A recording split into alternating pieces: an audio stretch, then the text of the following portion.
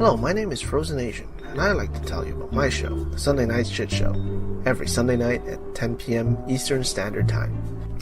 Along with good conversations and laughing at funny and weird shit we find on the internet, we also have the Hat Cam, where I showcase my myriad of great-looking hats. What kind of hat is Frozen wearing today? Fun and cool or super gay? I hope your next hat is a bullet.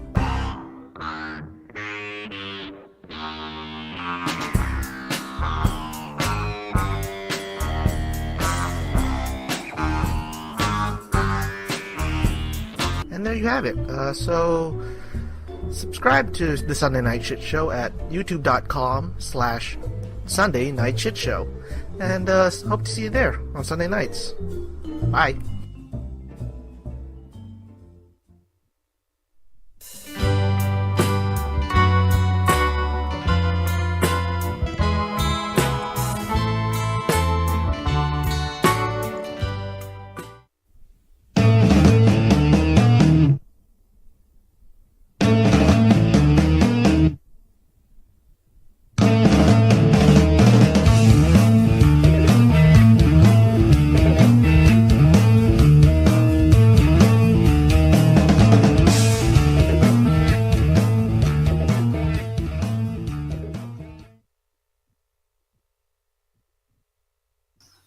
And I never ramble. I'm highly intelligent. I'm actually an IQ of a genius. And actually, I was not born a genius. I really actually became a genius with a lot of hard work. And that is because I watched a bunch of TED Talks that told me that, yes, the experts went on there and they said, yes, you can make your brain smarter.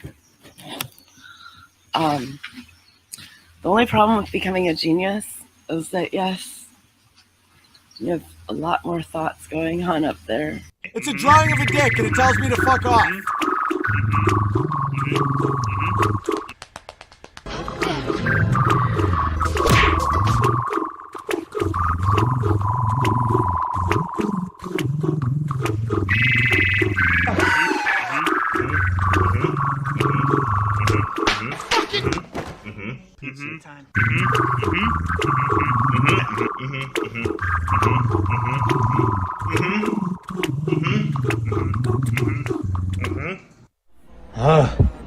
New Drake video with Justin Bieber? Drake on the first fucking date. Yes.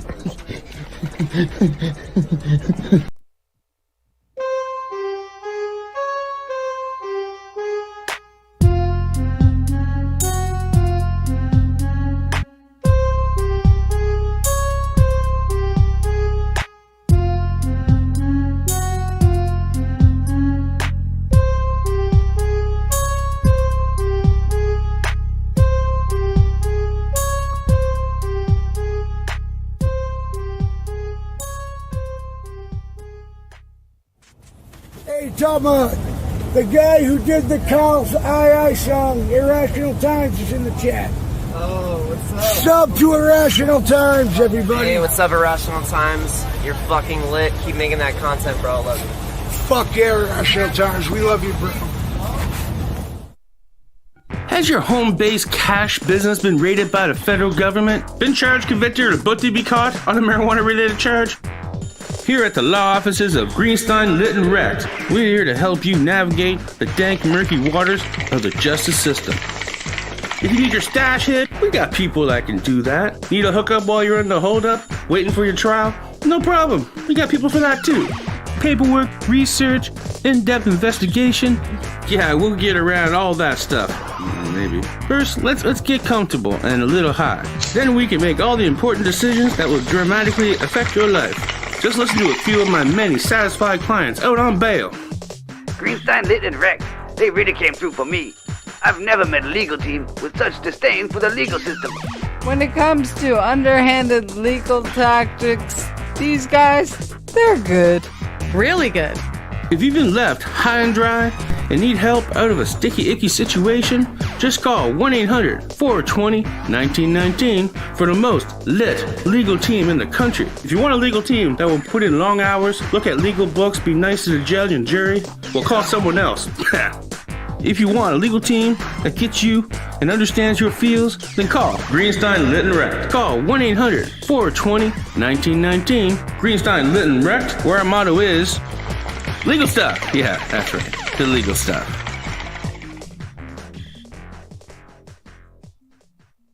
See 44420. JJ Stoner. Say my name, bitch. Say my name. Say my name, bitch. Say my name. Say my name, bitch. Say my name. It's all good fun, dude. Stop taking yourself so fucking seriously. Don't forget to dump on them. JJ Stoner. JJ Stoner. JJ Stoner. JJ Stoner. This is your old pal Grover. And today I'm going to talk to you about near and far. In fact, I, little furry Grover, am going to show you near and far. Okay, here goes. First, this is near. Right here, near.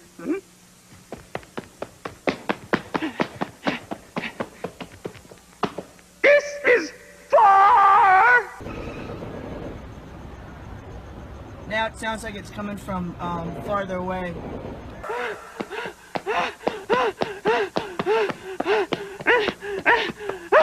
This is near.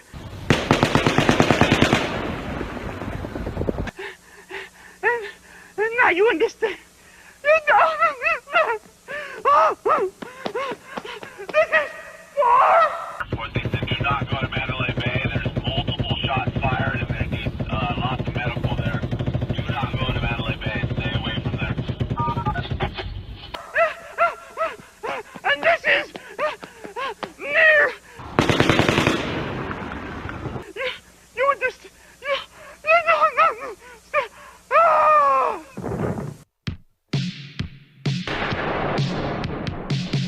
The world is a terrible place, full of terrible people doing terrible things. Thankfully, there's a weekly live stream that doesn't sugarcoat it for you. Join Major Tom Saturdays at 10 p.m. for The Big Empty. That's Major_Tom on D Live. Make sure to use zeros for O's because your life really is that hard. It's come to my attention that still people are not listening to me, and I know what's best for them. So please, just everyone, we have to stop everything because people get sick, and you know, and I know that everyone's getting sick, and just please stop, just listen to me, because I've always wanted socialism and communism, and now get back to what you're doing, and now it's time for my socialism plan to come true. And I know that no one believes in it, but I'm going to keep telling it over and over again, and we're going to play it on the news so that you believe me. Finally, we're going to shut it down. Because yes, we're going to, for goodness sakes, we're going to listen to me, and we're going to do no more working. Everyone stop working, making money. Stop having fun. Stay inside. Now, just work, no more work. And we're going to work you from the government. The government's going to be your new boss. I'm going to be your new boss. I tell you, stay inside. Don't get out. Listen, we're the government, and we know what to do for you. You have to listen to us. Socialism's good for you. Bread lines are good. Everyone loves bread lines. Stop it. Just shut it down and work less. Go out. Never. I know what's good for you. Me. I know what's good for you. Listen. Hi, I'm Adonis Paul, food and beverage administrator of Adonis Paul's Pleasure Palace Hotel, Casino, Resort, and Gun Range. I'm here to cordially invite you to join us every Tuesday, Thursday, and Saturday evening at 11 p.m. Central for Late Night with Adonis Paul, broadcast live from fabulous Las Tejas. Join me here at the Palace for a live, interactive, animated clip show experience like no other. 3 times a week, we take a look at the best and worst things humanity has caught on video in the last 48 hours. A global cross-section of human despair and hilarious folly. But that's not all. While you're here, play dirty slots and choose your preferred killer and method to end the suffering of a member of my clone staff.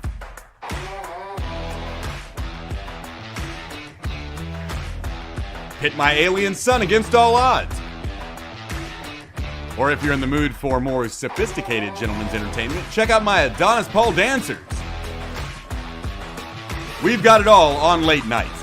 It's 2 hours of entertainment for discerning gentlemen who appreciate the need to turn your brain off for a couple hours and have a few laughs at the expense of people who are having a worse week than you. It's a cheeseburger for your mind. It's not good for you, but it sure does taste great.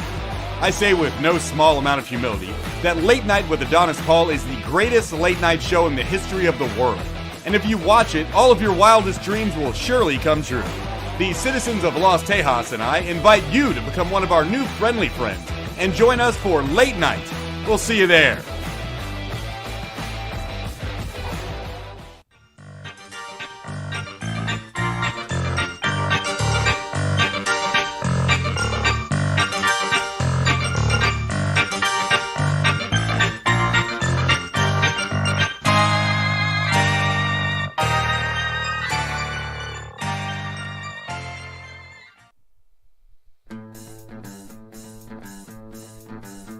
Hi, I'm DJ Spendy, and have you ever needed a toddler kicked in the face? Well, let me tell you what, I've got the solution. Hit me up, 1-800-DJ-SPENDY, and that will take care of all your toddler kicking in the face needs. I will pick them up and throw them out windows. You're at a campfire, and you got a loud toddler? Hit me up, 1-800-DJ Spendy, and I will come there and pick them up and throw them in the lake. Have you ever seen Friday the 13th? I don't know. Maybe it'll happen to you. It doesn't matter. Hit me up, 1-800-DJ Spendy, and I will tell you, if you're ever high school floozy and you're at a house and you want to just, hang out with your boyfriend, you know what? Hit me up, 1-800-DJ Spendy, and I will come pick up that toddler and throw him out the window, and you and your boyfriend can have fun. yeah. So let me tell you what, you ever need a toddler kicked in the face, Spartan style off a roof?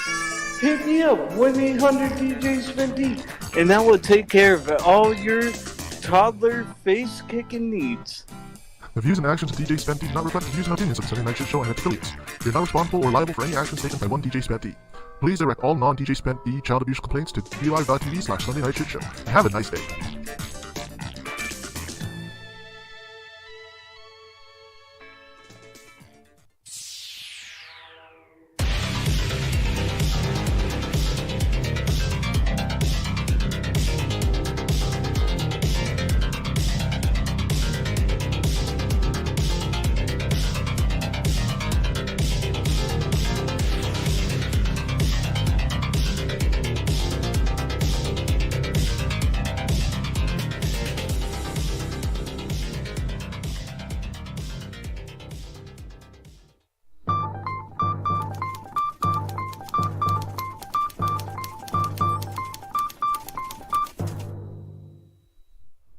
This just in! The global officials that can help all, also known as Got You, have now banned all boogieing and boogie-related movements worldwide. Public safety is the main concern, they say, and people are reminded that boogieing is contagious. Anyone caught boogieing will be dealt with in the harshest terms police have reported. More at 11.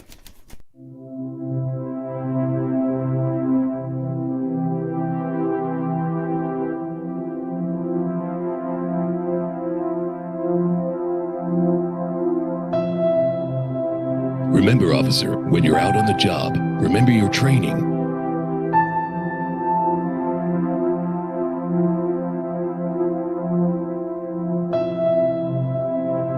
You know how to handle this. Don't forget, SMENS. Ian Michael, Glass Art, head of the British Garage Door Repairers and Glassmakers Association, Lord Clarence Cobblepot. Well, I truly have no hesitations. It's just Ian Michael is a visionary. Possibly the most wonderful, talented glassmaker we've ever seen, of this generation. I recommend him to all of our service members and all of our union members who require only the best in quality. Ian Michael Glass Art, not just dildos and butt plugs. Do you enjoy podcasts that discuss important issues? debating topics that have an impact on our way of life, while offering alternative solutions to making productive changes in our world? That's great. But when you get sick of that, get your ass over to the Cousin Joe Show and enjoy some refreshing conversation about fireworks, past drug use, current drug use, and how rock music was perfected in 1994. With every episode comes a 100% guarantee that Joe Coletta will piss in a bottle live on air. So please join notorious bad friend Joe Coletta and handsome cousin Dan for the Cousin Joe Show, Thursdays at 7 p.m. live at YouTube.com/Cousin Joe. Remember, the secret to perfection is imperfection. We got some catchphrases. So no, earlier she was just sent. This lady was just sent pizzas as a prank phone call, and I said that it was kind of funny, and she thinks I did it now. Really? I got his face! Oh my god! Really? You got his face?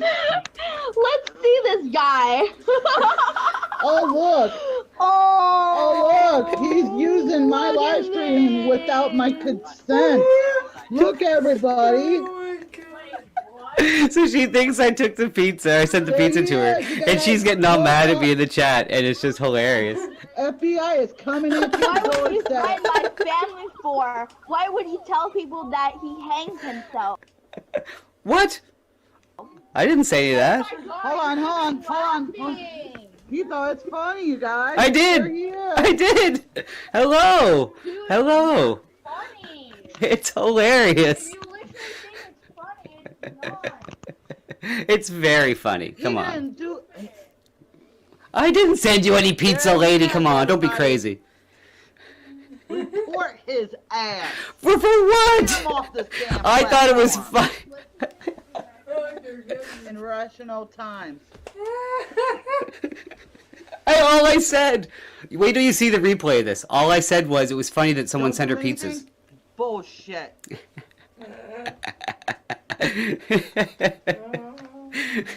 That was amazing. How's she going, boys?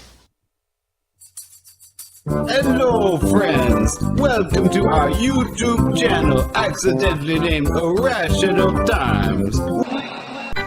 He's got a microphone and his very own YouTube show. Sounds way better, videos clear. Hey, JJ Stoner. Now the midgets are here. It's Thomas's bikini birthday party. No, Thomas, no, Thomas, no, Thomas, no. We don't need any makeup. We've got some real clowns. But what you have to understand is that I'm smarter than you. We all need rules. That's rule number 1.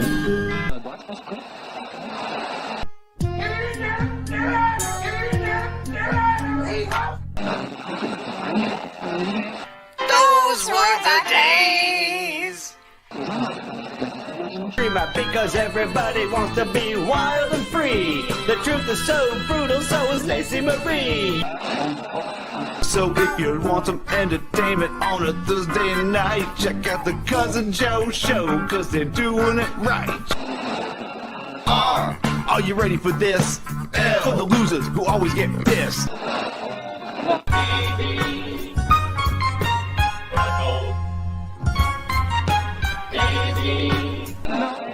Everybody loves Sammy. Everybody hates baked. Don't fuck with the mustache. Don't fuck with the mustache. No, you never fuck with the mustache, or I'll just tie the tail. Hey Tim, your show really sucks. Shirts Off Friday. Take 'em off. We love the Shirts Off Friday. Nobody thinks they really beat you, but now we want to see Earl get beat down. I'm a disco Jew and a bear. Enjoy the joy of passing. If we're going down. Let's go down with a boogie. Come on, Boogie Bumper, everybody go Boogie Bumper tonight. Andy's random edits, Andy's random edits, Andy's random edits, gonna make your day. Correction puss and playing sports. It's Trenton Wade. He's heading to the protest and he's gonna get laid. Politics sucks, enough is enough, but I can't stop talking about that stuff. The census cowboy lost his way. You ask too many questions in the hood, they don't play. Money Blaine, it's a way of life with Charlie Sheen's our ex-wife and some guy that looks like D.L. Hughley. Money Blaine. Nighttime is the right time for the midnight crock pot. Wow. It appears we really are living in irrational times. Super coupon trip.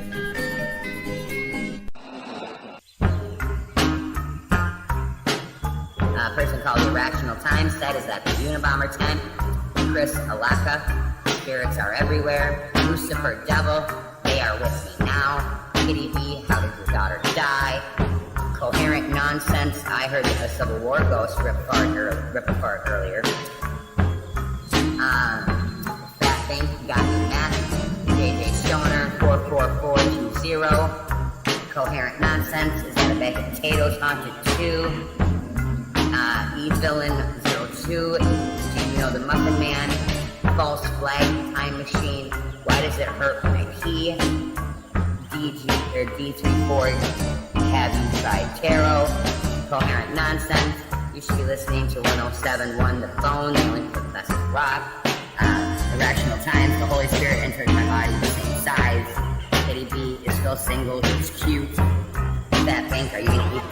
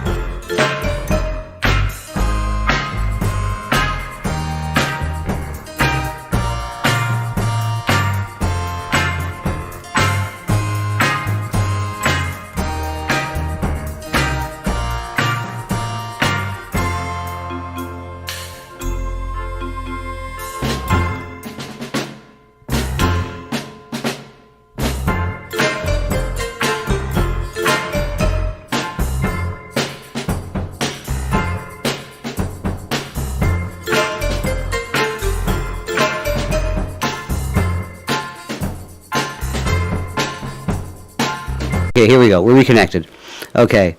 Sorry, guys, about that. I don't know what... That's all right. It happens on live stream sometimes. That's right. It's got completely unpredictable. We've experienced that. Oh, yeah, live. Yeah. That's what comes with live. That's right. Nice. Awesome. So I'll introduce you guys to Sure. these guys, and then I'll explain to them that I might not be able to pay as much attention to the chat tonight. So my apologies. Because we're hijacking the fucking show. Oh, see? If Victor's listening, it's just like how Victor and I hijacked drinks the other night. But anyways, whatever. So I apologize. Thanks so much for everyone for yesterday. The what would you call it? The birthday show was awesome, and she had such a great time. Thanks for asking. And this is Jeff and Mike. Yes. Yes. Just wanted to make sure that the last thing you want to do right off the bat is get everyone's name wrong. That's right, Chuck. See, that's funny, hilarious. So we're going to talk about. I'll talk to them one more time, and then I swear I'll let them voyeurism. You guys want to? You guys don't mind voyeuring for a little bit? They're going to interview me with my old band, and I guess it'll be maybe boring for you guys. I don't know, maybe not. And don't worry if my name gets said. There's no doxing going on. That's all right. Yes, we will be calling him by name this evening. Where's the camera? There's the camera. Yeah, there's the camera. Let's get this cat going right here. Oh, you guys aren't going yet? Oh, I thought you guys were already recording. Oh, yeah. No, I've been recording pretty much the whole time. Just the whole time? Yeah, we just have this our intro song to come on. We got our own theme music. Oh, I see how it is. I'm not the only one with the theme. He probably can't hear because he got no headphones on. That's right. Yeah, slap those headphones on. You can let's hear what's going on. So the half the team here at Jam Sessions was who wrote this, right? Yeah, I made this intro song. You did? Yeah, just a laptop doing some dragging and dropping and a little bit of keyboards in there. Yeah, some guitar and whatnot. Yeah, a little keyboard. So, welcome to episode number 19. 19. Wow. From an undisclosed location on Cape Breton Island, Nova Scotia. Yes. I like that, undisclosed. Yeah, right? Yeah, exactly. We've left the mainland. That's right. We're no longer we're what we'd call home base in New Glasgow. So we've taken a little road trip, and we're going to take you guys, our listeners, and Steven's, a.k.a. IT's viewers, a little trip down memory lane this evening, all the way back to 1996, 1995. Yeah. 96 for sure. Yeah. I know that. I know some people out there might not believe that those years existed, but they did. They definitely did. We're still here to, prove.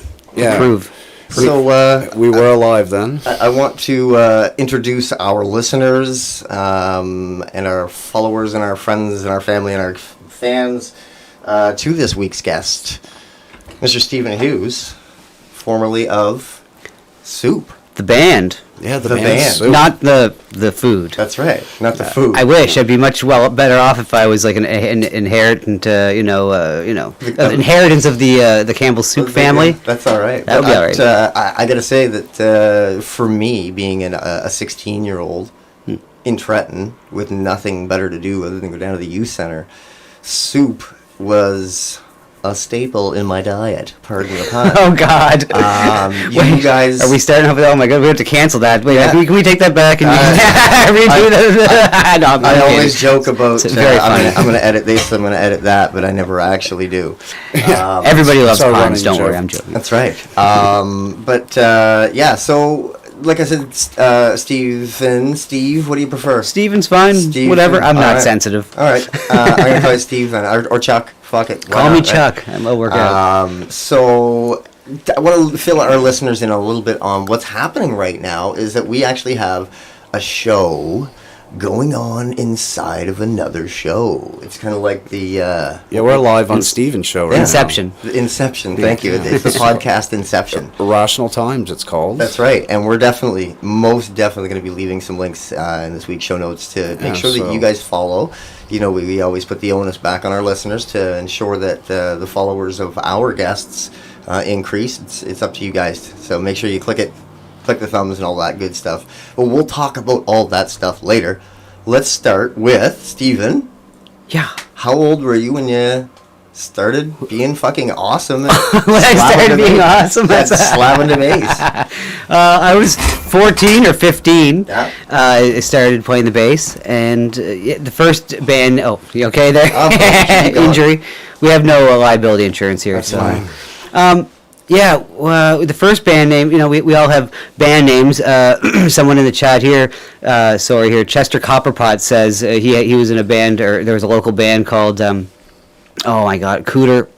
It's gone now. Cooter something or other. It was There funny. there. My Cooter first stew. band. Cooter stew. Cooter Stew. There it is. My Sounds like first something band. I'd eat. Yeah, because before Soup, there was Smother Ducks. The members of That's awesome. Soup were in Smother Duck when we were like 14. Okay. And then 15 or 16, we started playing in Soup around Cape Breton, and just kind of got together. I'm not sure how. It's a small area, so right. We were the only musicians around that we knew of that were of our age group. So that's I'm kind of being facetious, but a little kid. But honest at the same time. Yeah, there's right? not much around. Exactly what I'm getting at, man. And so I mean, like, that's just what it was. And I mean, until 94, 95, there wasn't anything really to do in our area either. And then all of a sudden. Well, this was before internet was big thing. Exactly, and, of course. And I find a lot of the small towns back then, like, there was nothing really much to do except for, to get together and jam. Fight or fuck. Yeah. Right? And, Join fight, fuck. That was pretty much Every it. small town around here is like that. We've got the same problem with that, eh? Yep, for sure. Where do you think the Trailer Park Boys came from? Drinking, fight, and fucking. Exactly. Yeah. But Trent was always great, though, man. Like, there was always, like, crowds there at the youth center. It was awesome. Sometimes you go play, and it was so funny because we're so loud and of a band. And sometimes you would go play to, like, very small crowd, when you're starting off. Which is kind of a perfect segue to my hearing loss story. Uh-oh. So the night that Soup came with the YTV cameras and all that kind of stuff. We'll delve a little bit deeper into that as we get along here. Yeah. But that night, I, being 16 years old and stupid, fucking just grooving hard on the band, and you guys had those great big huge bass bins. Mm-hmm. And I had my hair down past my nipples at that point, and I stuck my head in the bass bin because it was cool with my hair flying back. And ever since that night, I don't stop hearing. So thank you, Soup, way to go, for giving me Soup. tinnitus. I mean, it was my own goddamn fault and stupidity, but yeah. Yeah, right next to the speaker. Yeah, they were. We were unforgiving, and Yes. a lot of us bands were back then, not just us. Absolutely. And we thought that volume meant power, being better technical musicians. Apparently, Yeah, it's young. You always want to have as much power and loud as you can get. And now that as we get older, we understand the concept that there's more dynamics when you turn the volume down. I still have a problem with dynamics. I think a little bit. I think I'm getting a little better. Like just as a matter of fact, could I ask you to turn your gain back just a cunt hair? There we go. Cunt hair. Yeah. Will that be better, or is that good? That's a little better, yeah. I just turned down. I didn't turn I down was the gonna say, gain, you just cha- the you changed fader. the fader, that's fine. But let's see. And that, ladies and gentlemen, is the difference between gain There. and volume. Just wait, a little clipping on. Oh, okay, well there you go. Watch this. A little clipping There. on. How's that? How's that, Paul? Paul that Lawrence helping out as sounds well. Look. So much better. Okay, that's it's again. I always explain myself about that. I mean, you guys see the board here, and I record music every other day, and I'm always plugging and unplugging things and changing volumes. Right. And I wish I had this. I could leave the same settings on Yeah, there. and then I should no be able sound to. checks would be needed. That's why another reason why I yeah, we love the brought our- board that we do. It is- remembers your yeah, settings? I've got 7 scenes that I can set up. So God like bless I've it. got one for work, one for the band, one for the podcast, one for when Jen and I are going on road trips and recording the road sounds, all that stuff. And it's just, Mhm. you hit a button, boom. It's settings. You don't even have to touch the faders. Just the lights go up to where things are. Oh yeah, Go. it's amazing from what I Wicked. hear. Yeah, it's great. But I mean, you can't put that in a backpack. No, you cannot. But I can't plug an entire band plus a drum kit into this either, right? Yeah, I've recorded a couple albums the last couple years for other people Mm-hmm. with this, and my setup and it's been a great time to get to to learn how to record. I only started learning how to record music the last 5 or 7 years or whatever. Wow. I mean, not professionally, but on Pro Tools, like properly. Yep. Yeah. And I hooked up with this guy Brian Doyle. He's a guitar player from around here, and he's an older guy, but he's ridiculous. He's fucking amazing. Wait, not the guy from Great Big Sea. No, that's some other Doyle. Yeah, Yeah. that's who I No, thought of. no. Alan Doyle. Alan That's what I'm Doyle, yeah. thinking, No, sorry. not him. But Yeah, Brian Doyle is a great guitar player, like just world class, and I say that just with complete confidence. And he gets together with this other guy, Scott McMillan, that used to play with Symphony Nova Scotia. Far out. And the two of them get together, just playing guitars together, and it's my like God. ridiculous. And I've had like the honor to play bass for them more than a few times now over the last 5 years, and that's kind of what's kept me going around here since we moved back home from the city. I'm glad you kept up with it. So, how has your bass playing changed since the Soup days? Well, okay. Before I guess we talk about Soup, like 100% into Soup. After Soup, the first thing I did was I was playing with like not Dutch Mason specifically, but his harmonica player Rick Jeffries and his band and sometimes his son. What but a I met fucking resume. Yeah. Well, it was great to meet those guys, and Carlos Spinazzola and Mark Green. These guys taught me how to like not play too busy, Right. and so that was the first step of kind of taming myself down a little bit. So you've tamed down since then. A little bit. I mean, no. Just But not. maybe you understand dynamics more than you give yourself credit for. Maybe I just had a 7-piece band, and I was in charge of the 7-piece band, and I never told any of them not to play. Like it always felt like it was like balls to the wall all the time. So I'm still thinking of the Blown Gasket Orchestra, where I had the power of a conductor with 7 guys that were great musicians, but yet I never tamed them down or reined them in. I just let them kind of go fucking full steam ahead all the time. So that's one thing I'm a little self-aware of, that I should probably try to have a little more dichotomy or diversity. Yeah, and I feel like I'm getting there now with what I'm doing these days, doing like theme songs for different people and some novelty comedy songs. So I've always liked diversity in music, and this is a great way to do that because every show is different and every person's different. When I'm doing songs for different people, I get to maybe use like a reggae type of thing or like a rock type thing or jazz or whatever. And I think it'd be fair to say that Soup kind of has all those flavors into it. So let's take it back. Where, when, how the fuck did such a pure talent all come together to make this soup of jazz and funk and heavy and angry and happy and sad and just you guys were all over the place. So again, I think, and it's funny that we keep using the word dynamic, so that's obviously the word of the week, ding ding ding ding ding. But the band was so dynamic. So how did it come to be that you guys were all in a band together?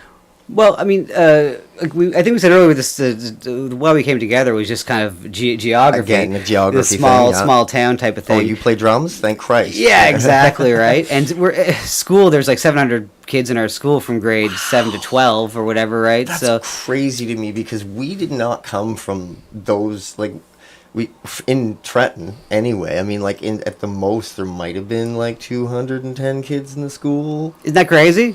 Right? And that seems so our school seems like what, big to you? Yeah, and it still felt like enormous to me. But it still felt like nothing back then, or it felt very kind of, I don't know, cozy, right. Let's say. So we knew everyone, and it's still small compared to cities, Oh my God, with like 13 and 14 and 3,000 kids in the school? No thanks. But the sound was definitely like of the times, right? It was kind of like just kind of a conglomeration of the times, like particularly the Chili Peppers and so like the Primus and the Nirvana and Tool. We just or whatever. mentioned all those bands in our drive over when we were listening to it. Like everyone had different things, like say I loved Primus so much, and then the drummer loved Tool, and the guitar player, loved all kinds of different stuff. We were all over, and Chili Peppers and you guys actually covered Chili Peppers and Rage songs too, like some of your cover songs, didn't you? There was not too many.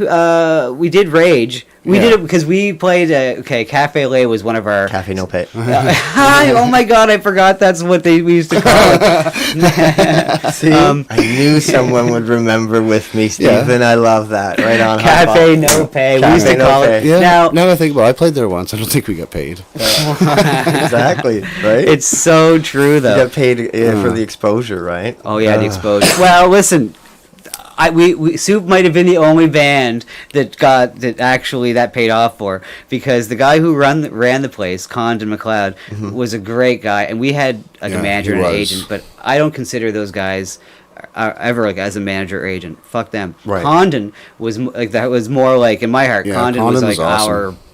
I mean, he got us on the YTV thing. He was your nominated promoter. us. He loved us, and he had a little place, there, and up above near Neptune Theater on Barrington Street Yeah. or whatever back in Yeah. the day, and Oh, we yeah, I were all loved it, fucking yeah. We've just all been there. It was smoking in fun. our van and drinking outside or whatever on the street, and and the place was littered with graffiti and black lights Yeah. everywhere. And it was a fucking awesome little punk club. It was. But he took control and send our music off to the YTV That's thing. pretty and- awesome because there's a lot of bands that played there. Like back Oh, in those days, a like every weekend, Thursday, Friday, Saturday. I need to get a there were drink, shows. but I'll be right back with something that has that exact to do with that. Yeah. Absolutely. We'll keep your viewers busy. Like So every let's- Thursday, Friday, Saturday, they would have shows, and they would get bands from all over the province and Yep. even outside the province. Yeah. But oh, you get some posters here. Well, No I had way. the. I This is thought gonna where make for were some the. great I had the pictures on cafe. Facebook. I actually might even have some posters I thought I had the that I could have cafe showed you. listings, like the little strips. Yeah. Oh yeah, I've been on one of those before, and That's right.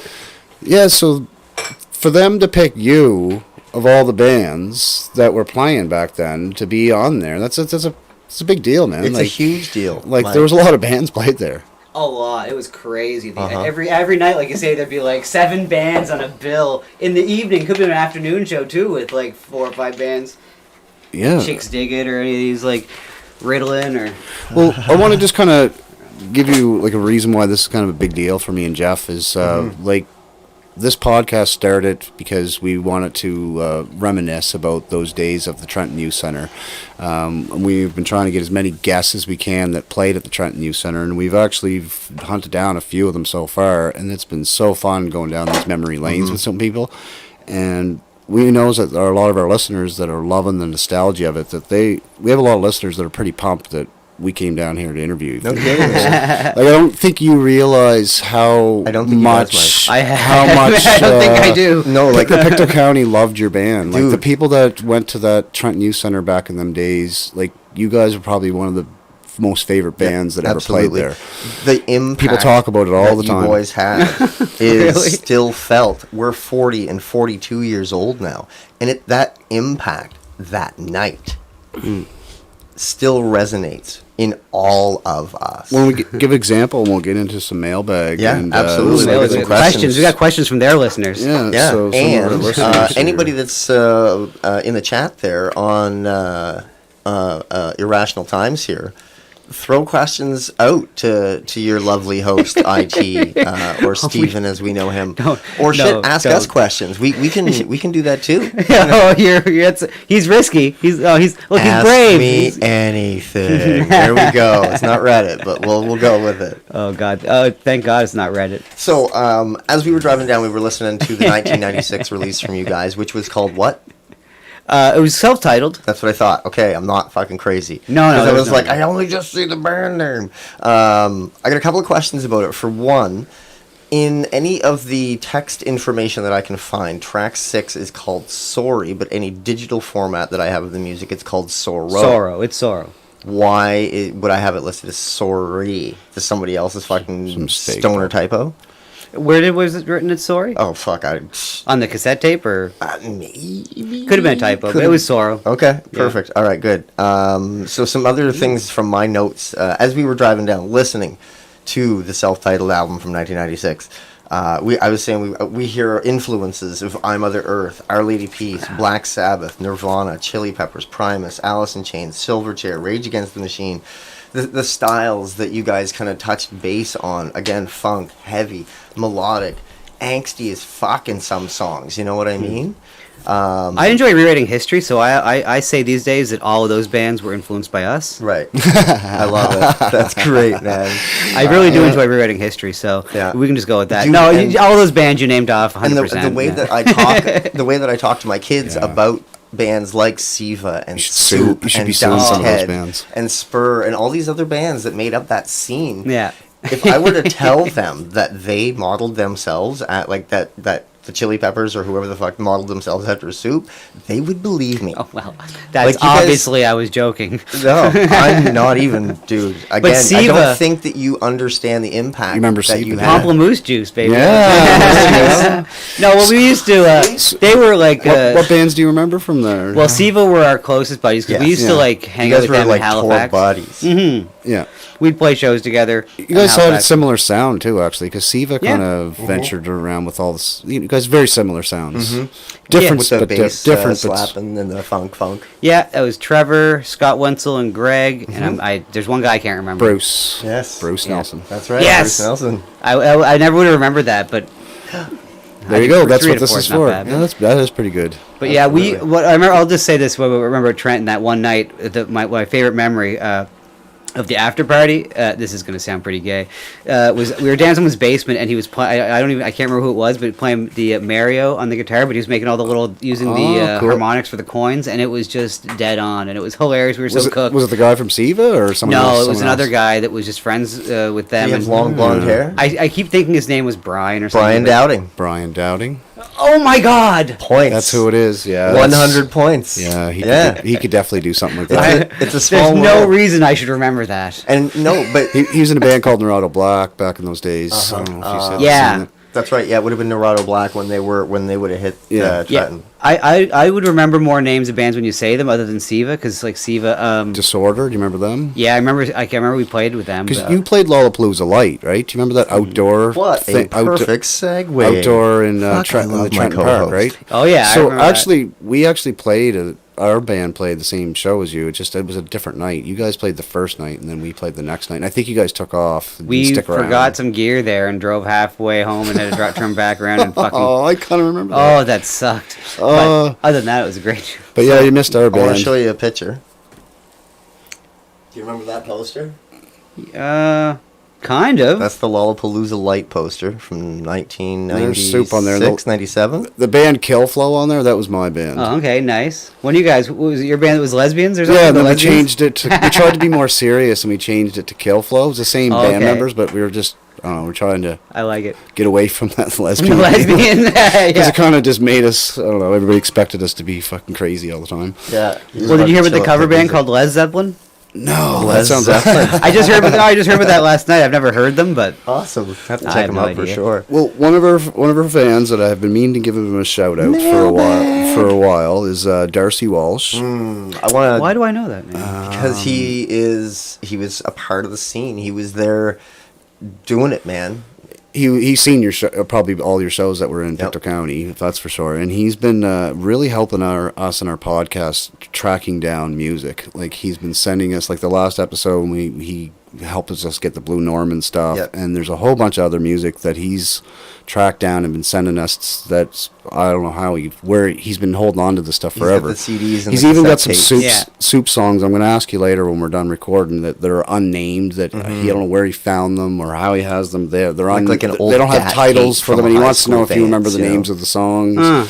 Yeah, I probably would. All right, so there's that. So I just wanted to give Darcy a shout out. Thank you so much. Thank you, Darcy. Because, I mean, it's fans like you, Darcy, because I know you're listening, that are going to help this show grow and kind of, well, doing what it's doing now in regards to snowballing and becoming this super cool thing. And he has a super cool fun trip. Next to my kids, this is the best thing I ever made.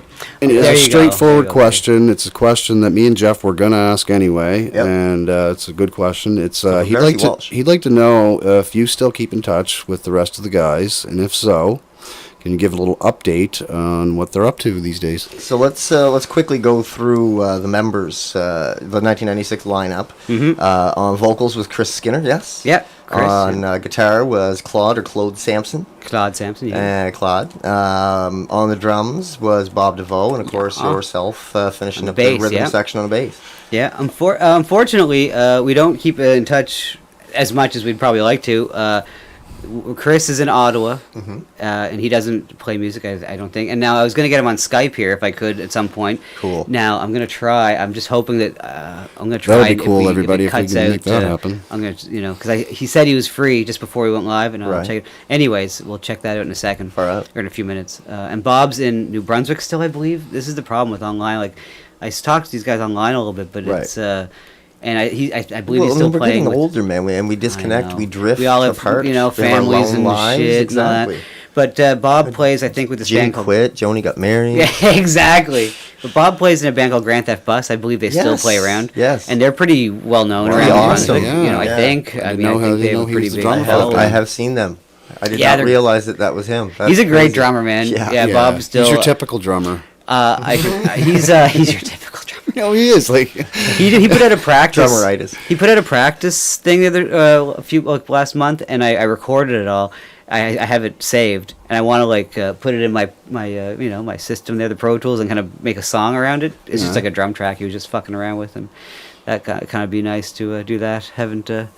To jam with Bob again that way. Yeah. And Claude has a solo thing he's doing. Oh too, yeah, doesn't and he? Claude's in Halifax, and I don't keep in touch with any, like I say, and too much. But he has a one-man band thing. Oh, I cool. don't know if he still does it, but he used to do it. We've had a one-man band on our show already. Mr. Oh, yeah? Andrew Spicer. Yeah. Was it Andrew Spicer? Yes, sir. Man, all of these names sound so familiar They're to me. coming It's back so to you, crazy. right? Yeah. Well, Andrew Spicer's played in Cape Breton. I know he has. So maybe he's played around here, and he might have even. How has the scene around here these days? That's the question that just popped in my In Cape head. Breton? Yeah, well, I mean, I know the COVID's fucked everything up, but is there still a lot Even of... before that, it was just around here. Andre Petitpas was the only guy doing much. Yeah. And he's a very nice fella. Oh, yeah. He's playing the That's a great dude. rock and roll music. Yeah. Yeah, he plays around our Marcus area. Kosh Of is course, the that's who drummer. put us in touch. Yes. Yeah, because I did some work for Andre a little bit. I mean, as far as videotaping some of his shows for Holding him. a camera. Yeah, I held a camera. It was fun. Whatever. You guys got to make a buck, eh? That's right. So yeah, Andre's a great fella. He's so nice. Everyone talks so highly of him. Before I met him, I was like, fuck this guy. There's no way he could be this nice. Yeah. I hated him before I even met him. Oh. As a joke, I'm joking. out he's so fucking Turns out smart. he's like the nicest guy in the world. It's like, but before everyone talked about him, I was like, there's no way he'd be that And nice. if Andre's listening, congratulations on the recent wedding. Marriage, yeah, he's all Yeah. married. I was telling him we should do that and have some kids a couple years ago. Yeah. Oh, Well, fuck yeah. Clearly listening to Yeah, your. oh, to your yes, I'm advice, sure it was heeding all me. Heeding it all. No, but I was one of those guys. I was kind of half joking because those people that are like, oh, you should have kids. You're so awesome. It's like that's so obnoxious, right? Yeah, you gotta But- feed him at 3 a.m. asshole? Exactly right. Yeah. But Andre is so good with kids. It's fucking ridiculous. He goes to the schools and plays, and if anyone should have a kid, it's him. But His inner child is still very much alive. I highly doubt that he, turns it off when he goes home at night. I highly doubt That's that just who he is. He starts Just who he drinking is, hard yeah. liquor and starts punching walls. I don't think he doesn't He's seem like into the a real type. Anyways, Coherent Nonsense earlier said he liked I Mother Earth. We got to open up for I Mother Earth and Soup. That was one of our That's something I wanted to talk about. crowning actually. achievements, I would say, where we were very. Well, that's something I was going to ask, if YTV achievement Let's thing talk opened up, about some achievements. opened up doors for you guys, like opening up for I Mother Earth and stuff like that. Did you? But there is some fan questions I was still going to get to. Oh, yeah, too, right. We're still in the middle of our fucking. Keep going. Hey, this is what happens on the show. So, I'll remember to ask that. So, Neil, is that Neil? How do you pronounce his last name? Mackey or McHugh? McHugh. Okay, Neil McHugh. McHugh Asks, do you remember the giant condom hat? Yeah, Chris used to wear that. Yeah. Now, where it is now, I couldn't tell you, but I can barely remember. Chris, sometimes he wouldn't have very much hair. He always had short hair compared to the rest of us, and he would have this nice snug-fitting condom hat. So he was ready to he was ready to go at any time. He'd always wear. He had a Viking hat. He had a condom hat. All kinds of weird shit. Oh yeah, that's awesome. I need a Viking hat now. That's a great idea. I'm gonna take a page of the Soup's book. That's awesome. It would work for you. Definitely. Yeah, with that beard, you should see some of the shit I rock on stage. All tight black pants and a tight sequined tank top. Sequins, you say? Sequins, bro. Hell yeah. Send nudes. The black nail polish. Yeah, send nudes, exactly. And a matching face mask to go with because fuck COVID. But it's I don't mind getting dressed up on stage because the show, I think, is a part of the live experience that is 100%. dying. You know, people go and they sit on a bench or a chair or whatever in front of a microphone. They blang, sing, and they leave. I think the scenes are getting so flooded now. There's so many talented artists out there that you need to stand out a little bit more than others. I Absolutely. mean, like, you get two people, they're both equally talented, but one's like putting on a fucking show, Yes. and this one just standing there. It's true. Which one do you want to see? Absolutely. I've seen bands where the music was great and they looked like slobs, like in their videos, like Mhm. you know, like something that they put together, not just like live. And I, you know, myself and the lovely assistant would say, it's like, oh wow, it would be just so much better if they just put on like some kind of suit or something, you know, like take off the sweats basically. Right. And the last band I was in around here was called False Flag Time Machine, and we dressed up like CIA agents, just like a black Nice. and jacket and a white shirt with a tie, Right. glasses, and we had the in-ears, so it looked like we had the little That's earpieces. awesome. And, you know, it was like a goof conspiracy band, but that kind of, you know. It makes it so much more fun, too. Absolutely. Yeah, Like, it's fun. Like, what the fuck time. is the point of getting into a band if you're not going to have fun, boys? Exactly. And girls? Well, You know? Nothing worse. I hate when seeing people up there being super serious, and then they get mad if they make a mistake, and they're all getting like frustrated up there. And it's just like I'd rather someone when they make a mistake, they make fun of themselves and Yes. laugh about it, and they kind of just Move on. Of course. it's Let just, it go. I don't know, man. It's Let just- it go. Yeah, Well, just copyright have infringement. fun. It's you know. Yeah. People, there's my advice to any of you musicians starting up a new band. Yeah. Have some fun. Well, there's a sure way not to keep your band together is if every time someone in the band makes a mistake, is if you're looking over at them and scowling. Yeah. I mean, that's not a way to nurture any no. kind of fun. Yeah. Or or growth. Yeah, or just So feeling. one more question, Yeah, that's and okay. then the reason why I want to get these out of the way is because they're such great questions, and they're questions that I want to ask, and I want to make sure I get them asked from these people before I ask them instead. We don't want to piss, we Or don't want Jeff to piss does. off the audience. You got to pander to your audience. And this is our always what top you gotta fan, do. and this is our top fan. So Richard Stanley asks questions every episode Nice. that he can. I think he maybe missed one because we didn't give His him wife enough probably was notice. having a fucking baby or No, some shit. no, he was like literally stuck in traffic. He was bummed. literally. All right, so for the guest, did you develop such technical proficiency on the instrument at such a young age? Or how did you Oh, how develop did such a technical proficiency on that instrument at such a young age? And there's another one here. We'll follow up with the. Well, We'll just get you- that's an easy answer. There's a front porch down in this very house that Really? I used to get locked away in and put my amp in there and just play for hours on end. I don't want to say that I put in my 20 or 10,000 hours there, but like, you know, they say you have to put 10,000 hours into something to get good at it, and Right. over the course of time, obviously, I've done that. But down in that room right away, like I obsessed over it, and I was listening to, you know, music that was bass heavy, I guess, like Primus or Rush or whatever. I'm trying to think of a couple other examples, but all I think of is like Pork Soda. It was like the first Primus cassette I got, and that basically changed my life. Pork Soda, Right. And can the hear first it. practice, You can practice, hear it. practice. Definitely hear it, You man. can hear it. And There's- the fast fingers, you know.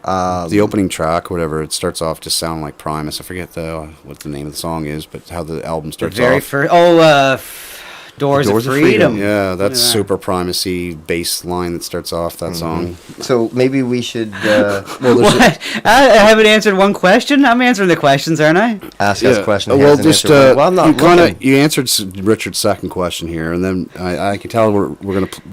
Jeff here wants to play a If second. I'm not answering your questions, please let me what know. did your Press me, please. What did your practice routine look like? Well, you just kind of said the whole porch thing Yeah, and lock yourself in the porch. Yeah, and So trying to think other than that. and there's one more. What are you focused on now as a player? Well, I'm focused on being spontaneous enough to try to capture I don't know, little things on the internet to try to like I say, I make novelty songs, so I'm trying to focus in on Some seriously funny shit, people. We'll probably slide some of these newer things that he's been doing somewhere throughout this episode. Definitely. I think maybe we'll go a little chronologically. We'll take it back. Maybe play a little something from Lollapalooza Light. Oh, you have something from me? Oh, yes. Really? I don't know how the recordings are on that. They're for that. not good. So No, let's that's not a- play. I mean, it was so let's just play 1996, something you know? off the album. I haven't I don't think you seen- should play anything off the Lollapalooza. Light. You don't think? No, I listen to the recordings. They're not the best. Well, I want to see it anyway. All right, Eventually, well- you know, well, like, here- maybe not. Even if it's not on air, I still want to see that. I haven't. Yeah. I've got No, they're so not I'm going to give you video. access to my drive. Oh, okay. It has got memories, brother. Like, it's got live Nice. shows from the Trenton Youth Center. It's got Lollapalooza Light. It's got, you know, We'll send you the files. Yeah, it's amazing. Some of the stuff that Nice. And thank you again to Brian Dowding for making that all possible. Nice. Oh, that's cool. Cool. Yeah. But maybe I don't think that's the question. I don't think I did answer it. I'm more interested, like not interested, but I've been into pianos lately. Like I have a nice Hammond Cool. organ and a Wurlitzer. So yeah, over here in the corner here. So I kind of focus in musically more on Still that get kind of mine. things. Like I play drums and bass and guitar, and organs, and so I try to focus in on learning how to record as well. So that's what I've been focusing on a lot, is just recording mainly and trying to learn how to do that kind of stuff and expand myself and to get other people to record with me, not just do it all myself, and for sure. expand. But like it's not as easy to get people to come over these days or whatnot. But thank you for coming over. This No is problem, awesome man. to see humans. We are asymptomatic. Well, thanks for having us over. This is fun. Yeah, no kidding. All right, well, then let me get into the old Google Drive here and play a little something. I made a Is this pact it? with Santa Nope, Claus. That's not it. Someone did. That'll be an edit. Well, maybe I'll go to. Oh no. Huh. You're almost ready there. Which one? I don't know. Because I know we put it in here. There we go.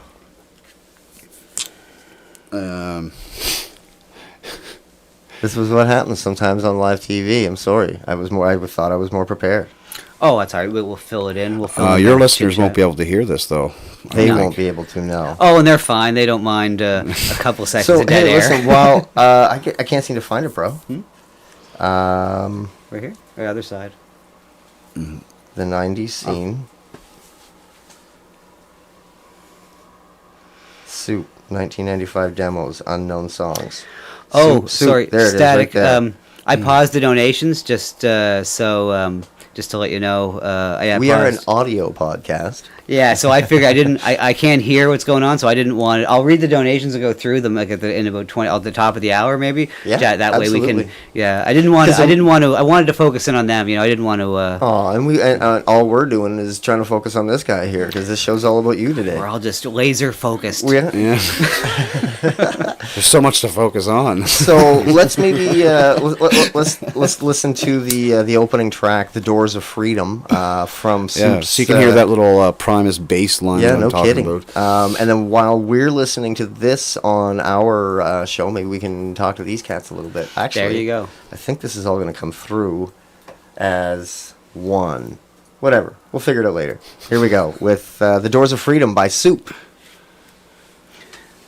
So now, are we going to be speaking over it, or you're muting it? He's going to mute our mics usually. There we go. Yeah, so we're muted on your Yeah. podcast. We're muted on my podcast. Okay, well, I'm going to do something here. But we are not muted on your podcast. No, we're not. Okay. Oddly enough. This is Usually weird, we're- man. Muted on one, but not the other. Wait, does anyone have the links to these guys' channel? Absolutely. Just, how about this? I just closed the non-con. I'll get that. Do you know what? We'll Feel read the- free, guys, to follow us on Facebook, facebook.com/Jam Sessions Community. They just sent me the links actually in a And message. I'm anywhere gonna- you get your podcasts now, we are available there, except for YouTube. It's the one market that we're probably not going to break into, to be honest. We're on Google Podcasts, though. We're on Spotify. We're on Apple Podcasts. We're on Podbean, Podcatcher, iHeartRadio, Amazon Music. We're everywhere that you get your podcasts. So When you click on our Buzzsprout one, it shows you every one of the links. that's right. Yeah. And our host is buzzsprout.com. And if you guys are thinking about starting a podcast, get in touch with us. I'm going to take this off so I can focus. Yeah, you guys can hear it. Listen. Let's see if this works. So basically, what was that guy one? Fuck, I'm baked again. Yeah, no. You want to start a podcast? Yeah, if you want to start a podcast, thank you, Mike. This guy, he's a genius. Hey, show them our stickers. Yeah? Oh, Kitty, how did you get that already? Did you bring stickers? There's our stickers. I Did did you bring stickers. Kitty Oh, we B didn't bring him a is sticker. ridiculous. Yeah, I brought all Oh, kinds. okay. I got you, buddy. Okay. Just want to make sure. Yeah. Okay. So look, remember I told you Kitty how awesome she is. Kitty is already had it in the amazing. chat. Thank you, Kitty B. Nice. How does she even do that? Thank you, Kitty. I have no idea. I guess she just listened to your words and she knows how to Google. Oh, okay. You guys are awesome. amazing. Yeah, this is a really great audience, actually. Yeah, he made it sound like you guys were going to be mean to us, but you guys are pretty. I wanted to warn them because you never know. I mean, It's live TV. They understand why I warned you. That's right. They know. get it. I don't know where my lighter is. Because it. Oh, I have it. No. Listen. Stealing lighters already. She has the stink of lighter thief on her on the show. So now I'm getting a taste. I'm being hoisted on my own platoon. My own petard. We're getting along. Sorry, my now. own platoon. Jesus Christ. I'm trying to open up. I'm gonna try to do the donations here. So it's the one thing you can close steal this. that you don't really get in trouble for. Like, you don't get too mad about. And then I got to open up Skype. Lighters.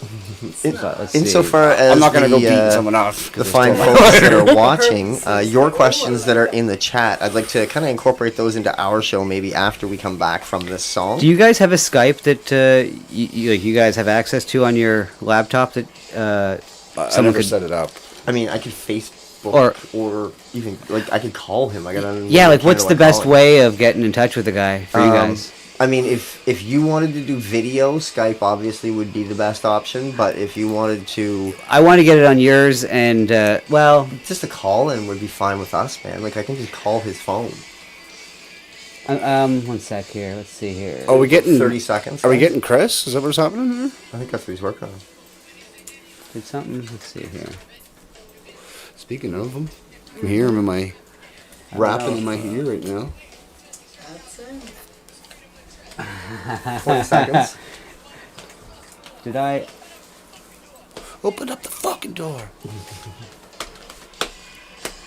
So I guess they already played. Oh, and in case you haven't figured out, Jam Session stands for Jeff and Mike. Jam.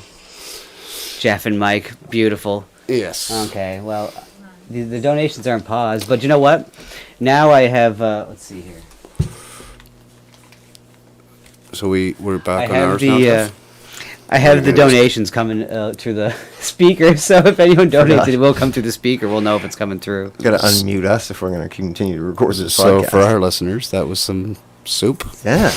Oh, okay. Yeah. We're back on your podcast. We're now Sorry. back on our show, and we were on his show while we were gone from you guys. We've been on his show the whole time. Yeah, Actually. the whole time, even before we started the theme. This is very interesting. Yeah, Mike doesn't know what to think. He's looking all over the place. There's cameras There's and microphones literally everywhere. Cables all over the floor. It's really neat. Do me a favor. Yeah. And Facebook me your number that you want me to give to my buddy, and I'll ship that along to him, and maybe he can call in to you guys. That would be perfect. We'll figure it out. I just want to try. That's what we're used to doing it that way. Because I had to Skype up earlier. Can and you send me a link to your stream? Because my buddy wants to watch. Oh, okay, He's no out in problem. Edmonton. Okay. Oh, yeah, my little brother's in there. Yeah, day 2 of the birthday bash. Listen, I changed the title after we started the stream. It says interview times, but anyways.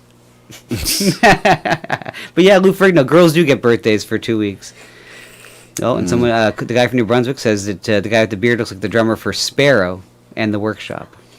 Do you know either of those bands? Who? You look like the guy from Sparrow or The Workshop. The drummer. No idea. Is it just because I'm bald and has a beard? Or? He is in a band, though. I am in a band. He's a lead singer for the band Frail. Check this out. Victor There you go. underscore See? Fawn Victor. underscore Frail. Shroom donated That's my band. $5. Thanks a lot. You rock. what he says. Oh, How many gigs did you have a sound guy you could strangle for goofing up? We all had one. A sound guy? How many gigs? Oh, wait. How many gigs did you have a sound guy that you could strangle for goofing up? We all had one. No, sound guys are notorious kind of hard rocks. Like, you know, like, aren't they kind of a grumpy... The stereotypical sound man is grumpy, and like, you don't fuck with him, and he's just like... He knows what's right, and you can't tell him the other way. Yeah. Unless it's like, turn it up. They really hate it when you tell them to turn something up. Yeah. They're like, Turn up the monitor. Yeah, exactly. This thing says that it's fine. What? I can't hear myself. I need you to turn it up, but this says it's fine. I'll tell you, sound guy's nightmare is when they have to do green Jello. Oh, that poor son of a bitch. So, do you remember the band Green Jello that did Three Little Pigs back in the 90s? Oh yeah, yeah, for sure. Well, they were they Green Jelly? Or yeah, Green Jelly, Yeah, but it was Green Green Jello. They had to change it to Green Jelly for lawsuit Oh, reasons. I didn't know that. Kraft sued them. Yeah, Really? Or tried to. So I got them 2 years ago to come play in Glasgow. No way. Promoted a show. So cool, man. And yeah, he yells at the sound guy like constantly, like turn it up, turn it up. It's quite the shit show of a show. And dstream.com. speaking of this band again, Frail got to open up for them. DLive.com.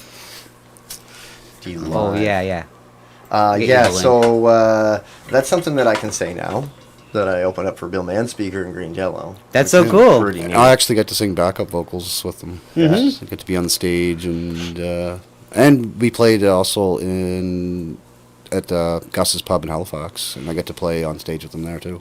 Wow, Green Jelly played It's- at Gus's Pub. That's hilarious. But they're like a franchise band now, and they Oh, it's not the original members? well just the singer, and then they form different bands whatever city they're in. So they just got.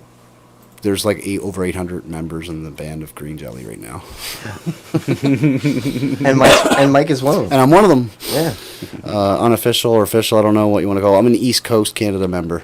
That's right. You're of the East Coast chapter, as it Yeah. were. Nice. Yeah. Official. So if they ever come play again in Halifax, I probably will be on the stage again with them. Mm-hmm. Absolutely. Pretty cool. So, Three Little Pig song. for our listeners, I'm gonna just fill you guys in a little bit. What's going on? We're gonna kind of turn the get some more questions from Irrational Times viewers here live on Steven's channel. You can find them at DLive.com, by the way, and just kind of search for Irrational Times. I guess that would probably be the That's how I easiest way found to it. Yeah, do it. we're on YouTube and DLive, but yeah, YouTube is the easiest place that people can find it, I suppose. That's right. Yeah. So if YouTube, you Irrational Times. if you are able to go back in time and listen to this podcast at around 8:47 on a Tuesday, you could watch the live stream while we're doing this. It'd be weird. And if you can, let me know. That'd be cool. I'd like to do some time traveling. But yeah, so we're actually we're working right now on trying to get Chris, the lead singer of Soup, on the line here. So we're just going to kind of fuck around till we can make that happen. And perhaps maybe some more questions from the old gallery, or the old chatteroony on the live. So let's... Okay, so that's taken care of, because I was feeling bad of leaving Chris out. But technology restrictions, I couldn't have Skype open, because that's what... I'm That's pretty right, sure that's 'cause what... it'll cut your sound. At the beginning... No, I mean, not even that, but at the beginning of the show, I still had Skype open in anticipation of having Chris on, and then everything went red. So... Can't have that. Anyways, so if he calls... let's see here. Scroll back. There's a bunch of donations. Okay, let me see here. Okay, yeah. Let's take care of those donos, because they're important. Happy birthday. Thank you very so much. we're still Keep 'em here at the coming. birthdays. Let's how do I pop this out? Oh, pop it out. Beautiful. Wow, I'm learning all the time. Amazing. If you don't learn something today, you wasted the day, folks. I always thought it was a week, though, so... Okay. Thank you, Chester. It's a birthday. Oh, wait, now. Mobley says they used to party with Green Jelly as well. Yeah, they're fun to party with, aren't they? Yeah. That sounds good. Why is it just not giving me the... Anyways,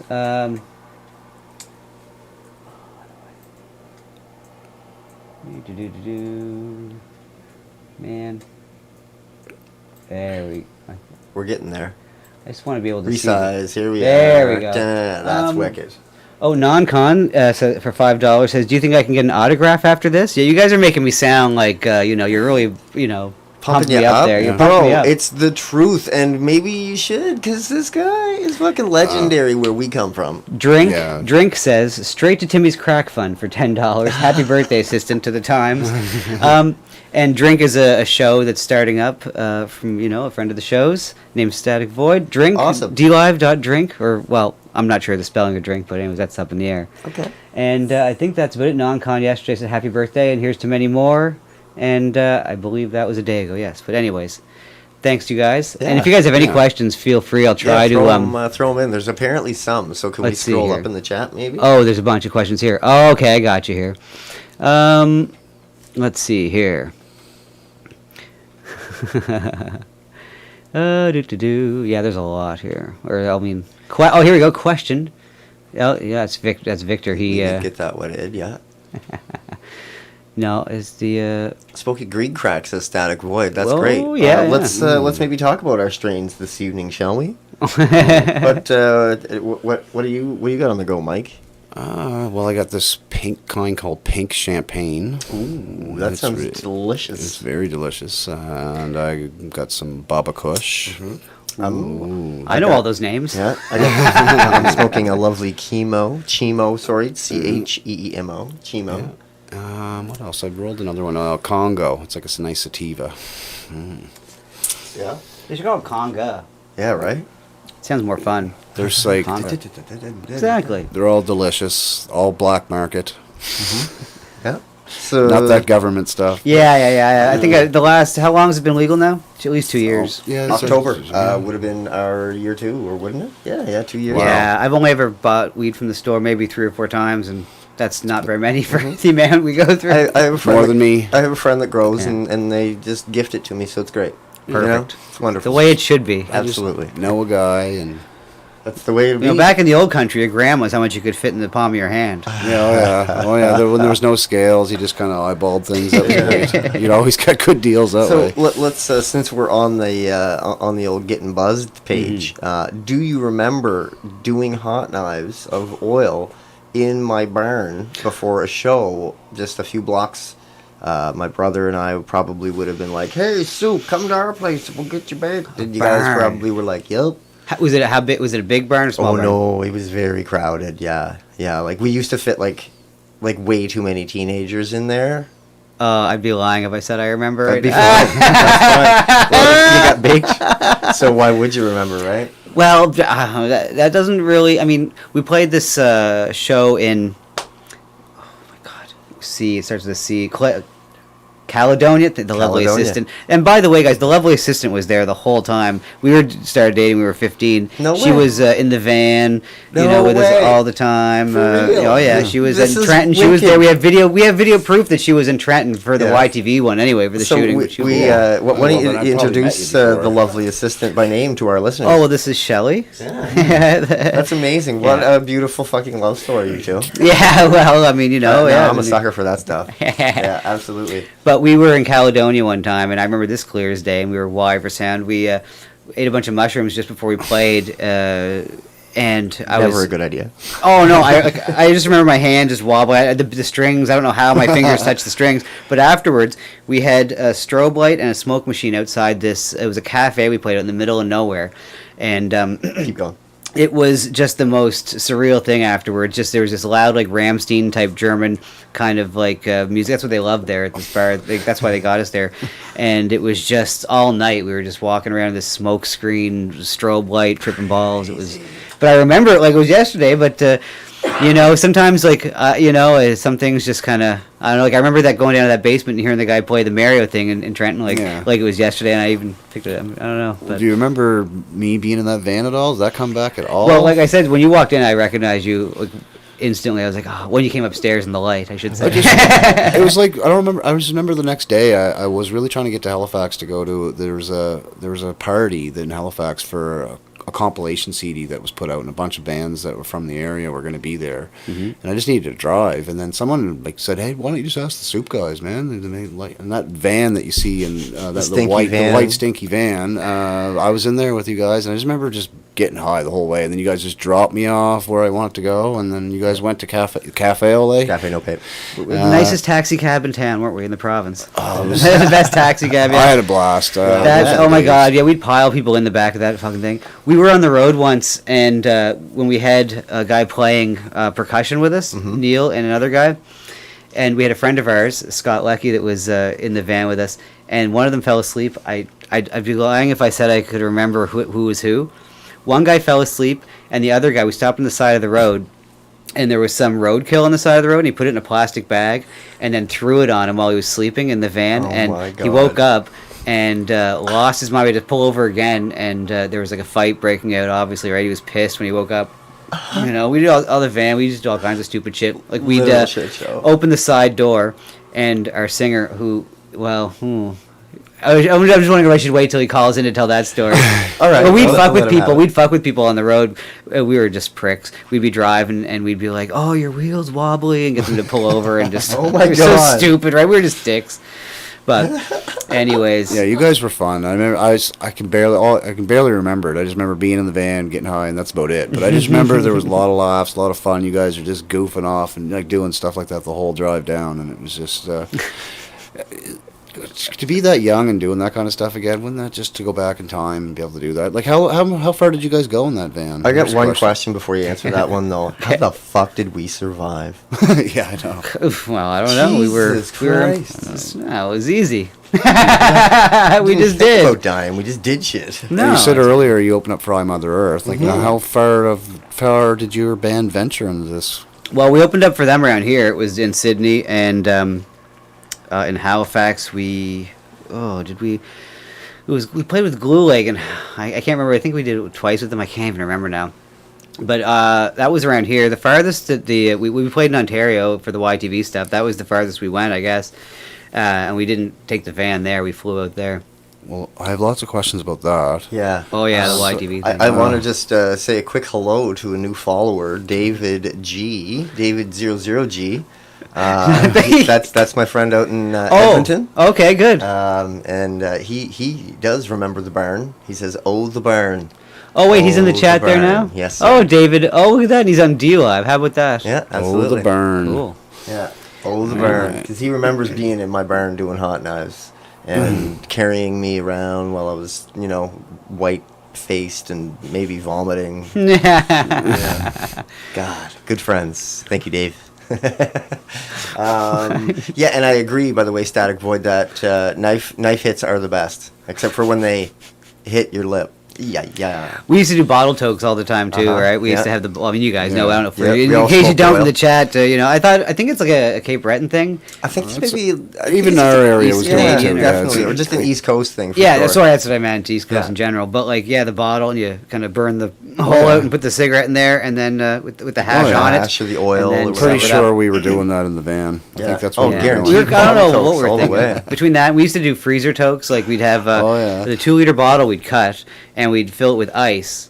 And then you'd kind of do the toke like off the stove right up through the ice, and it was like a. So, do you think you guys wrote a lot of your music in Soup like high? You guys were like high the whole time? Yeah, Constantly. as far as I can remember. We had a jam spot on Godigan Street, like a really bad part of Kevin town. Duggan donated We almost burned that place $5. down. Like, we did. We Thanks started a a big lot. fire there on You New rock. Year's one Dot. year. It was Be your awful. money. We left a candle burning on top of the drum kit, and the fire was put out because the sprinklers came on, but then the sprinklers weren't hooked up to anything, and they just kept going all night. So it was more water damage than fire damage. So that was a fun night. No kidding.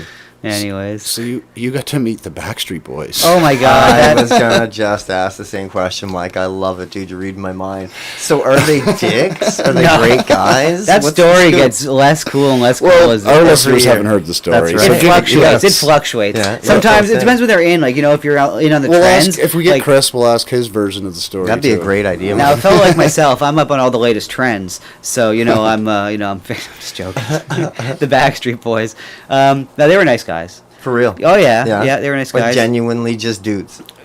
Well, we hung out with them at the hotel after, in the middle of the night, and they were like, at 3 or 4 in the morning after the bar. Like, I think I was like 17, and there was an open bar at the YTV Achievement Awards afterwards, and I got The Youth Television yeah. Achievement Awards. Okay. There was an open bar at the Youth Television Achievement Awards, and I got to drink wine next to Mr. Dress Up. I ordered the red wine next to Mr. Dress Up. That's so awesome.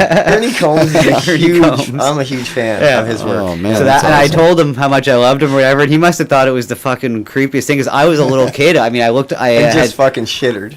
I had, well, I was more high. Yeah, your than- voice had a has bunch of changed. hash. I heard Yeah, you're hearing no that little kidding. video clip, and it's like this Such little. a baby. So, and we're Yeah. as much as I would love to play the clip. I don't know if you want to play the clip for your viewers, but we are most definitely going to be leaving the link to the. I already posted it to get the exactly. hype. Get the Oh, hype I up. can play make it here too. Yeah, we'll make sure that it's Yeah. again in the show notes for those of you that don't follow us on Facebook, and if you don't, please consider Was it one of you guys that put that video on YouTube? Who? I did, yeah. Yeah, it was you. Okay. I'm kind of like, I like to document things, whether Well, it of be my own course. music or Especially- stuff that you know, stuff that I see I think on it's the awesome internet. being like the Backstreet Boys are presenting you guys. That's just super cool, dude. Really, I mean, Yeah, it's pretty funny. You must have been thinking, "Geez, we're about to make it at that time, were you?" No, I mean, Great I question, wasn't. Mike. I think well, of course, we had the aspirations too, Yeah. and we did. You're right. There was some nights. It's funny how it goes. Like,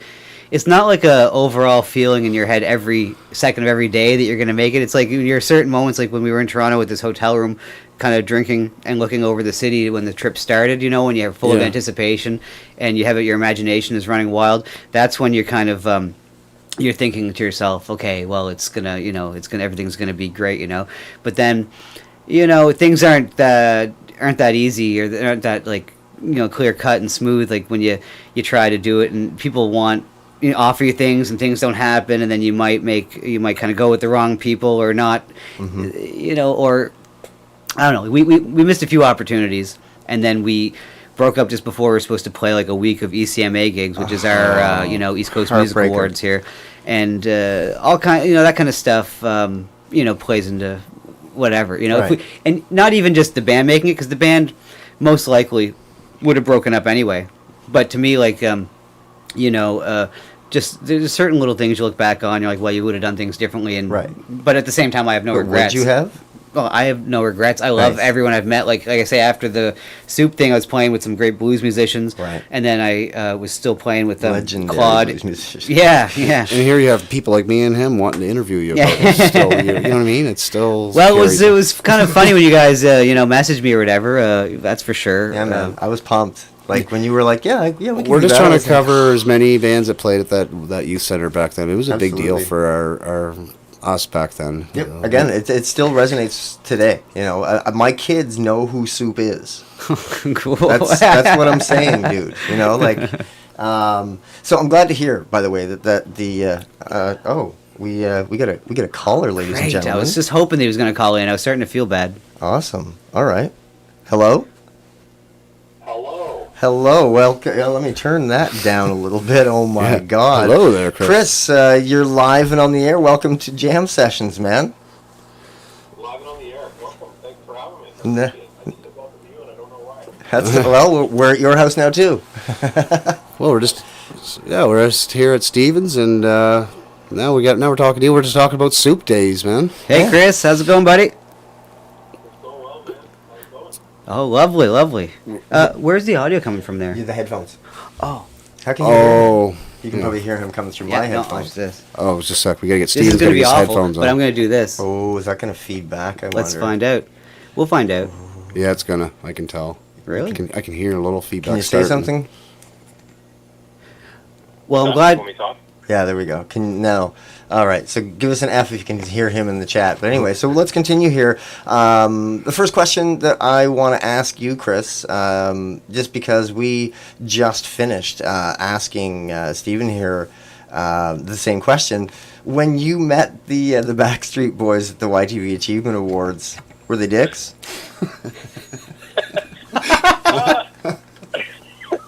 Wow, what a question! That's awesome. I don't recall them being dicks. I recall them being really, like, I don't know. They were a whole package. Like, they had an entourage. They had a lot of people with them. They all wore, like, the same kind of thing, but in different colors. And they weren't, like, not really dicks. They were actually fairly friendly, honestly.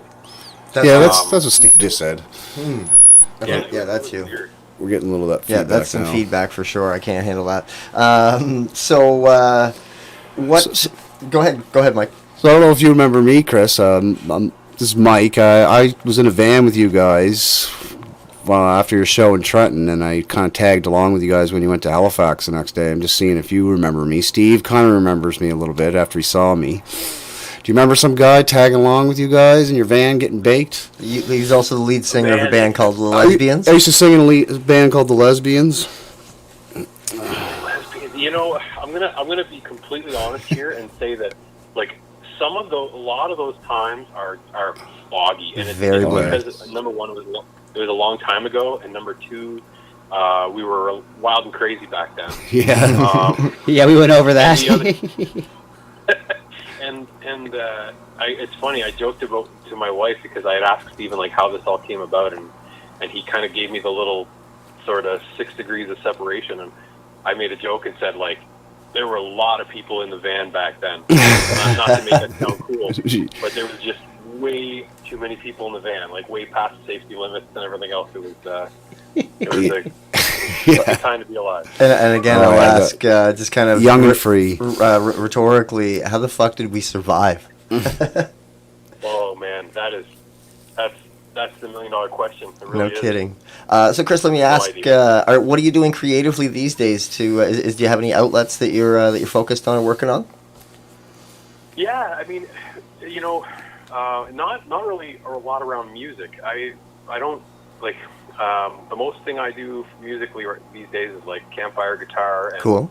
Whenever I get together with a buddy of mine who is a musician friend, we kind of, you know, we jam out a little bit, but it hasn't really been music. Most of my stuff is done through photography and video. Awesome. Production, and there- I kind of flex the creative muscles that way. Cool.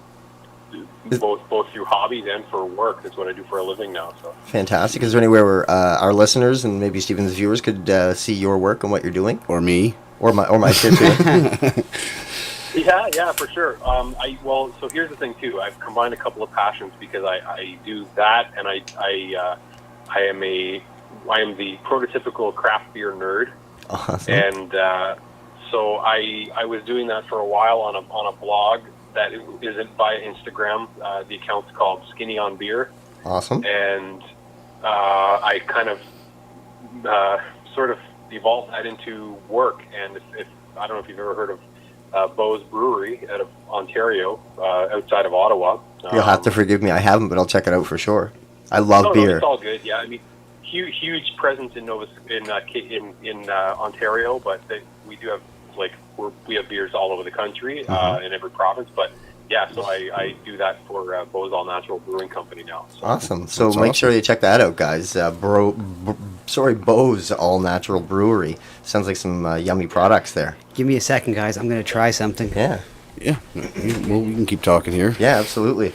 So what do you remember from Trenton Youth Center? I know it's blurry, but what do you remember from playing those shows? Yeah, can you give us a remembering? A question we had earlier. Do you remember the condom hat? Awesome. Yeah, one of our viewers asked that question, so and I knew you were the one that was wearing it. But what else do you remember from that?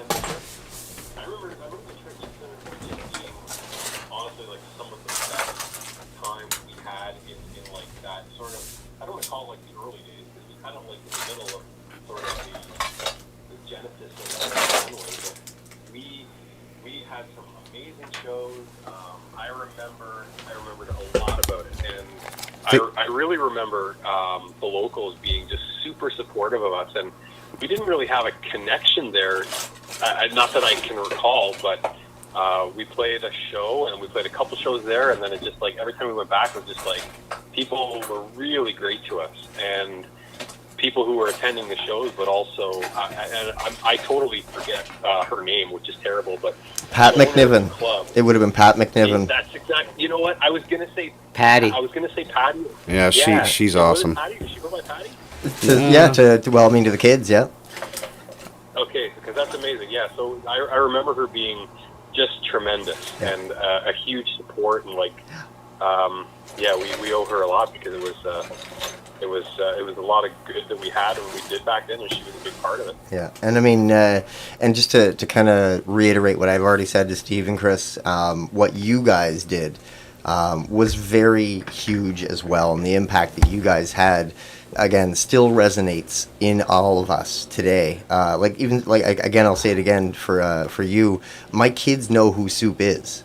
That's kind of the whoomp factor that you guys had back then. So you left an impact still to this day. There's still the people around our age, the 40 years old, that still remember a lot of bands from those days. But you guys kind of stood out above a lot of the other ones. Because I think it was helped that you guys weren't from around like a lot of our bands that played there were local bands, but you guys were like the band that came from somewhere else. And we're just like, where did these guys come from? And you just get up there and just blew our minds. And you could tell that you guys were maybe seasoned a little bit. It wasn't in the middle of it because you guys were phenomenal musicians when we get up there, like.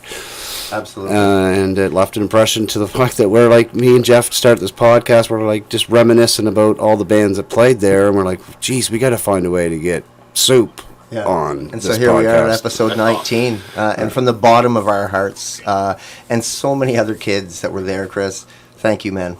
Thank you, Stephen. Oh, man. It was really cool. Well, we feel the same way about having we played for you guys. It was fun to play for everyone. Yeah.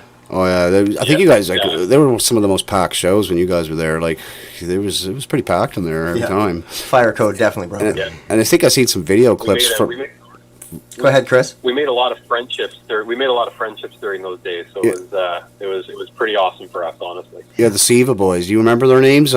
Steve remembered them. Yeah. Oh, come on. Let's put him on the spot here, guys. Yeah, I remember. Would be Trevor, and it would be. I know Trevor. You got one out of 4. This is really terrible. Dude, we're 40 Steve plus. Wetzel, I believe is the drummer. Scott. Am I correct? Scott's the drummer. Scott, Bruce, and Greg are the other ones you're missing. Okay, yeah. Chris, that was for $3 million. You would have won $3 million if you would have gotten that correct. Unfortunately, you win nothing. Those guys were awesome, man. Awesome band, awesome dudes, and we stayed. I mean, we kept pretty good in touch with them afterwards because I know a bunch of them. Some of them moved to Halifax, and we played some shows. And it's funny. I mean, time you grow a bit distant over time, but similar those memories will be forever. You know. You guys are similar styles. I was saying to Steve earlier. It's you guys were good to play with each other because both had very similar styles because they could get heavy, they'd get funky, they went all over the place, and that's exactly what you guys were kind of like too.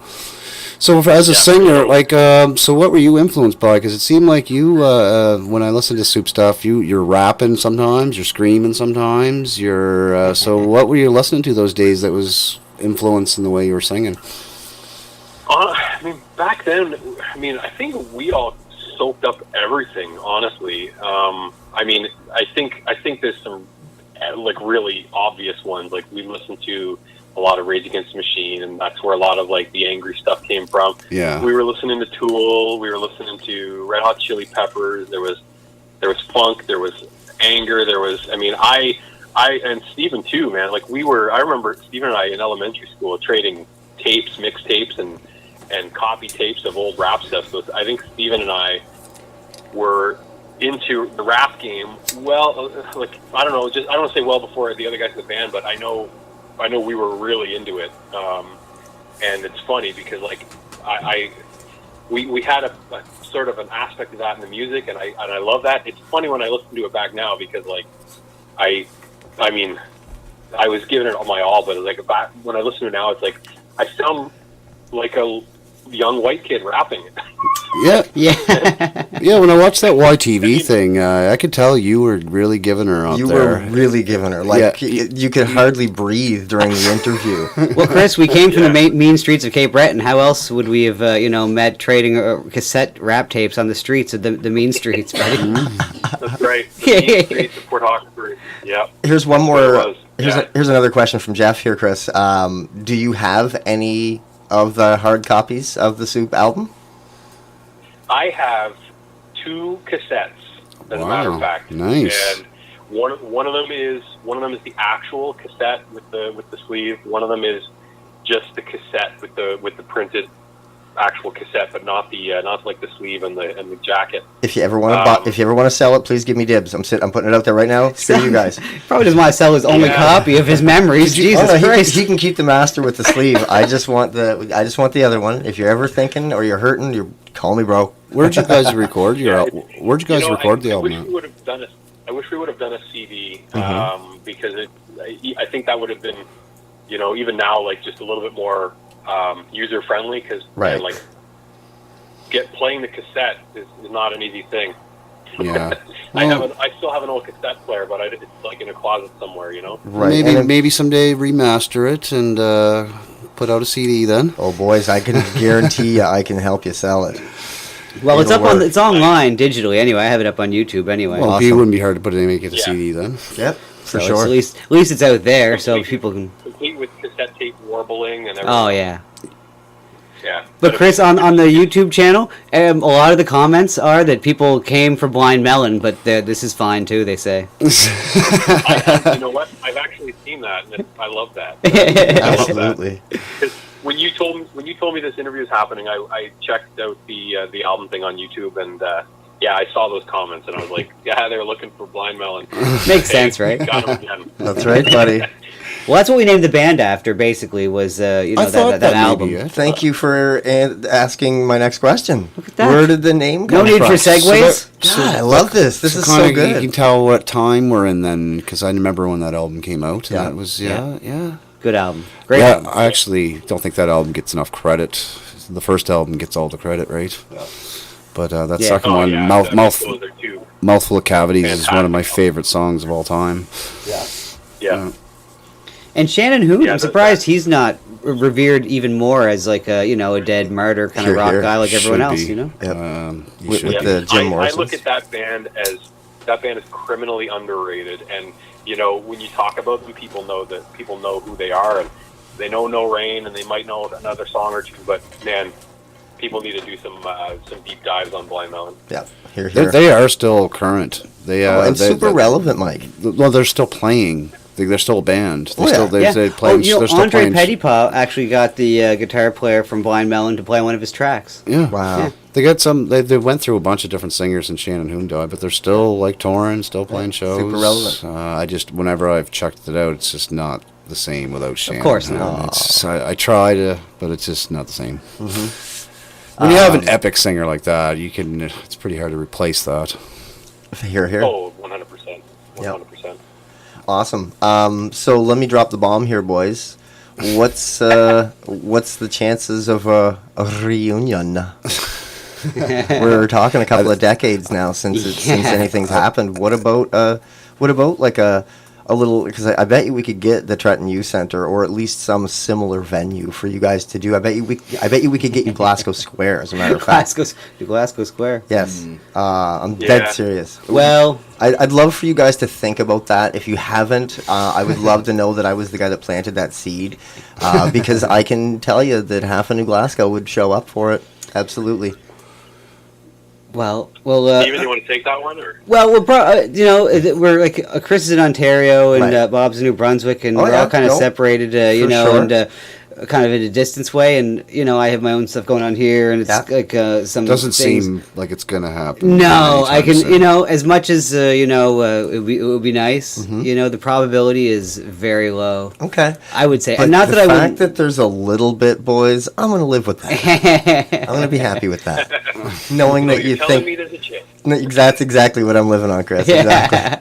Like I'm not opposed to it, but I just the reality of it is Yeah, I don't want geographically nearly I don't mind giving you a little false hope. Okay, that's all I need, boys. That's all I need. You hear that? He said there's a chance. Exactly. But listen, do you know what? We should take a quick. Chris, you hanging out for a little bit? Yeah, what's up? I just want to take a quick little. I'm gonna maybe play the soup, the song or something from the YTV thing, and try to get a good. I'm here holding my headphones to a microphone to get people to hear you on my stream. I'm gonna try to find a cable that has XLR at a 1/4 inch and plug you in. I can go straight patch. From to where? Maybe Jen can hold that while you're going looking for stuff. It's all right. Okay, I'm gonna play video, and then we'll just to Sounds see great. what we can do to make this a little bit better. Awesome. And in terms of our listeners on the podcast here, we're going to. I'm just going to pause here, and I'm going to do that cool thing that I heard do. yes. Everybody here's reunion. Yeah. I heard yes. Yeah, Yeah, it's so again, Chris, we're also live on Steven's stream on the internet here with Irrational Times. On DLive.com, and he multicasting. Multicasting everywhere. And once I had asked the question regarding the reunion, there's been a lot of thumbs up and a lot of yes. So I'm not alone in being okay, because we're gonna have to be, obviously. All I can say is, if you guys ever end up in the same town together again, you guys better try. Yeah. That's all. Of I'm course. saying. Well, that would be a given. Yeah, or at least like redo a band photo or something like that. And I've been dabbling the last few years into promoting shows. It's kind of what I've been doing. Mhm. And like I mentioned earlier, the Green Jelly. And if you guys do it, man, let me know. I'll promote the shit out of it. I'll have We'll make it a success. I'll have a lot of people there. Wouldn't yeah. What other bands could you get down? That's hilarious. Like Green Jelly. I'd get Siva back together for you, man. I'd fucking. Oh, Siva. And now, when was the last time they played? I wonder. About as Probably same the time as you. Yeah, it's around the same time. I mean, and it was weird because the way that the scene just kind of bubbled up out of the tar and the cesspool of our little towns. Do you guys have it just fizzled away at the same time? Like we all kind of graduated, and then we all went to college, and then it just all kind of petered away. Everybody grows up. Yeah. And now we're all, 40 and have, incomes and careers and lives and things, and we're able to do it again. I mean, at least for some of us anyway. It's kind of a resurgence of our youth right now. I find it's weird. Okay, well, I'm going to play this. Excellent. This is the YTV Achievement Awards from 1997. Not the whole thing, obviously. Just a little taste here. If I can. Oh, here we go. Here we go. So, Chris, I'm going to try and mute our mics for our podcast, but you let us know if you can't hear us, okay?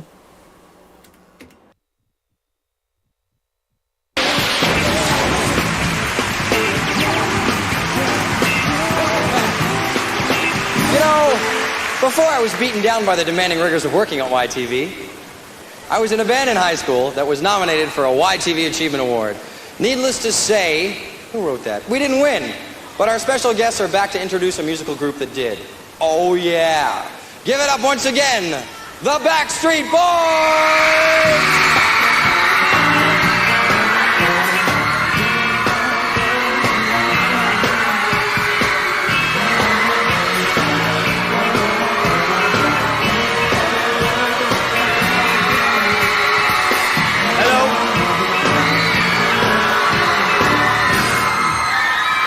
First of all, we want to take this time to thank YTV for all their support with the Backstreet Boys. Thank you, YTV. And the Backstreet Boys know what it's like to put together a group. So now it's time for you guys to get ready to be impressed by this year's winners. Check it out. Talk about determination. They were telling us backstage that they drove all the way from Halifax, Nova Scotia in a smelly van just to be here tonight. I want you guys to put your hands together for Soup!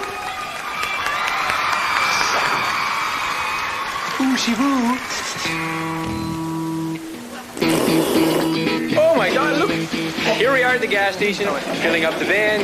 We're gonna hit the road now. All gassed up and nowhere to go but Trenton. We're more of the heavy funk.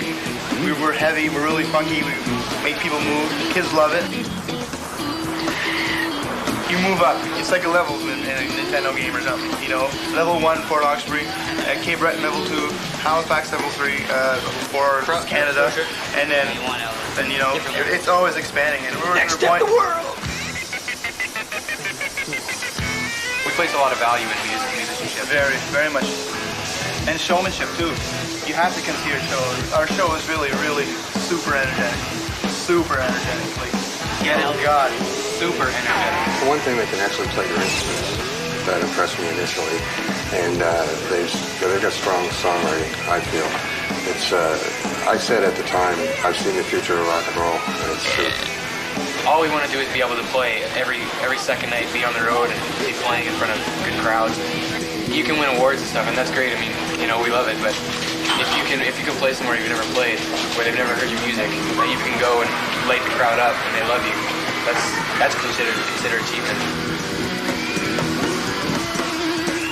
Now that you've seen where they're from, let's hear where they're at. Here to perform a track from their self-titled premiere CD, here's Soup with Mr. Friendship.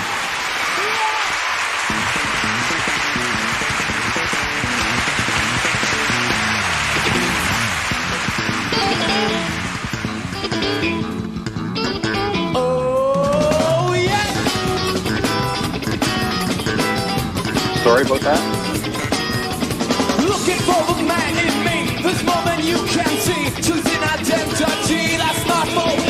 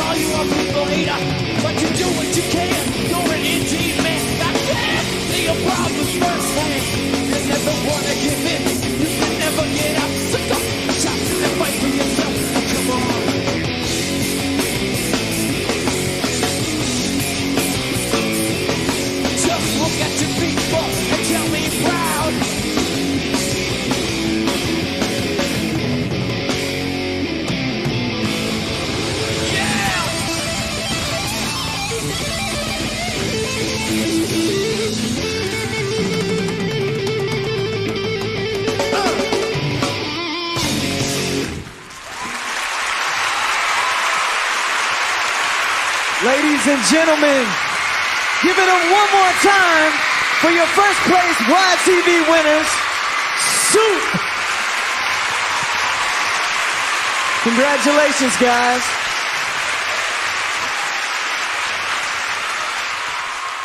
We would, we'd like to thank Dave and Andy, Ann and Wayne, Condon, and everyone at Cafe Olay. Mike and Rick at ETI, YTV, our friends and our families, and anyone else who let us play their venue. Thank you to Matt, BMG Music, PF Stations, and all the other cool Halifax and Cape Breton bands that know what real music is all about. Okay, Louis DeGoo, Sammy, Paco Rabanne, Fraser Crane, EMI, Bill 1, Bill 2, The Canoe, and of course Savant, and the Backstreet Boys, and Jim.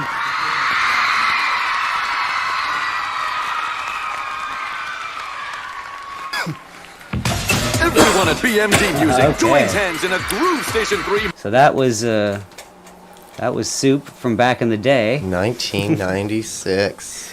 Well, 7. No, 97, Yeah. sorry, yeah. Not that long ago. No. That 1 year makes all the difference. I still think the 90s was 10 years ago. Amazing. So do we have Chris on here? Yeah, we should. Chris, can you hear us? And that's you too. Great. And guys in the chat, let me know if you guys can hear Chris a little better too, because that's well, if they can hear us, they can hear him. I'm sure of it. I mean, the volume might be a little lower for them, just because. Here, let me bump them up. It's just so much better than holding the headphones up to the microphone. Way better now. It's like like a real conversation now. Yeah, exactly. But that's what I was up to, guys. That's when Chris and I were up to back when we were teenagers. Anyways, it's quite amazing. Really, guys, what you did there. I'm gonna stop gushing. Yeah, well, it's all good. But yeah. So go ahead, Mike. Well, one thing I wanted to know is where did you guys record your album at? We recorded it here in our small hometown, up at the top of the hill. There was a cover band that we used to play with called Little Voice, and the guy that ran that band helped us out, and our drummer's brother did the engineering and all that stuff, and it was awesome. We used our friend Dave's house and Andy's wisdom of recording. Very cool. I'm going to bounce this question off of both of you, but first to you, Chris. What's your biggest memory from that that recording period, that time? Because I mean, that would have been like your guys' first kind of studio experience. Yeah, we had done one smaller.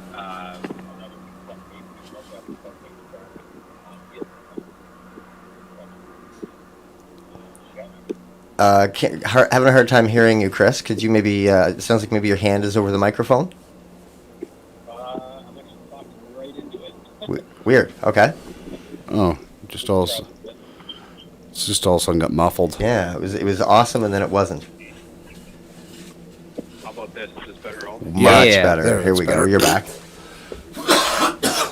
No. Go ahead. Yeah, so we had done another cassette tape with the same producer, Andy DeVoe, and that was at just outside of Stephen's house, actually, in a shed or a garage. And but so as for the recording session for this one, what I remember about it really is just we had the luxury of time, because it was the brother of our drummer, of other people we knew with, like Steve mentioned, that had played music in Port Hawkesbury, and we had a lot of time to do it, which was kind of cool. Something I don't know a lot of bands ever get to have, but I remember just doing a lot of takes on certain songs, and some songs were like a breeze, and then other songs were to the point of a battle, frustration for a few of us, I think. Yeah. Mm-hmm. Sure. Yeah, I remember Bob being a perfectionist. And oh yeah. And just certain things like just timing, because I think like this was we did a lot of like punching in on the beginnings of tunes, I think, if Stephen recalls this with me, and I know there's a song on the second side of the cassette. I don't know if Stephen remembers this or not, but Stephen plays a nice poppin' bass intro, but it was recorded separate from the song when the song cuts in, and we had a bitch of a time trying to time the bass punch in with the drums and the rest of the band, because it just, everyone comes in together. And I remember Bob had timed the time in, Steven had timed the time in, Claude had timed the time in, and I don't say this to my benefit at all, but I remember like just saying to Andy, like, Andy's who was the crew, saying, just give me a shot, let me just time it, because we were just literally like tapping 1, 2, 3, 4. And I remember I got it, I think I got it on the first go, and everyone was like, what the shit? But what the funny thing was that when I listen back to it now, it wasn't on time at all, and I think I trying to time that. Oh, that's hilarious. Yeah, well, it was fun so to bounce the question back to you then, Steve. What was your biggest, or I guess most impactful memory from that period or that time when you were doing the studio and stuff? Well, the studio, I remember, Chris will love this, when we used to record a song, we'd kind of do a rough mix down to a cassette tape, and then we'd go over to Woolco and listen to it on all the different car stereos, and we'd check the sound on each one of the different quality of the car stereos to see how it sounded, and then go back and tell Andy, oh, this needs to be louder or quieter or whatever. But that's what we used to. That was how we did quality control checks. Amazing. Car stereos. That's hilarious. There's no one and in not just here car making stereos, fun Mike, of but I want to retards add, is there. in case you guys didn't hear that, at Woolco. Yeah, Woolco, yeah. No, not Walmart. Woolco. Yeah. Well, I have to think, like, besides headphones, that's the second best place to listen to music is your car, though. Totally. It really is. So you can hear if it's level, the levels are right. So it's actually a pretty good idea. I mean, with the way the pass of the car stereo test, you're good to go. Yeah. Here. Yeah. That's where I listen to my music most of the time. And that's what I was just about to lead into, Mike, is that's where most people do listen to their podcasts, their audiobooks, and their music is while they're, in motion and commuting to work or wherever they're going, right? So we got really baked in that van, and we're getting really baked right now. So you still smoking weed, Chris? You still in... Chris, don't answer. He's a cop. He's a cop. Don't answer that question. No, he's not.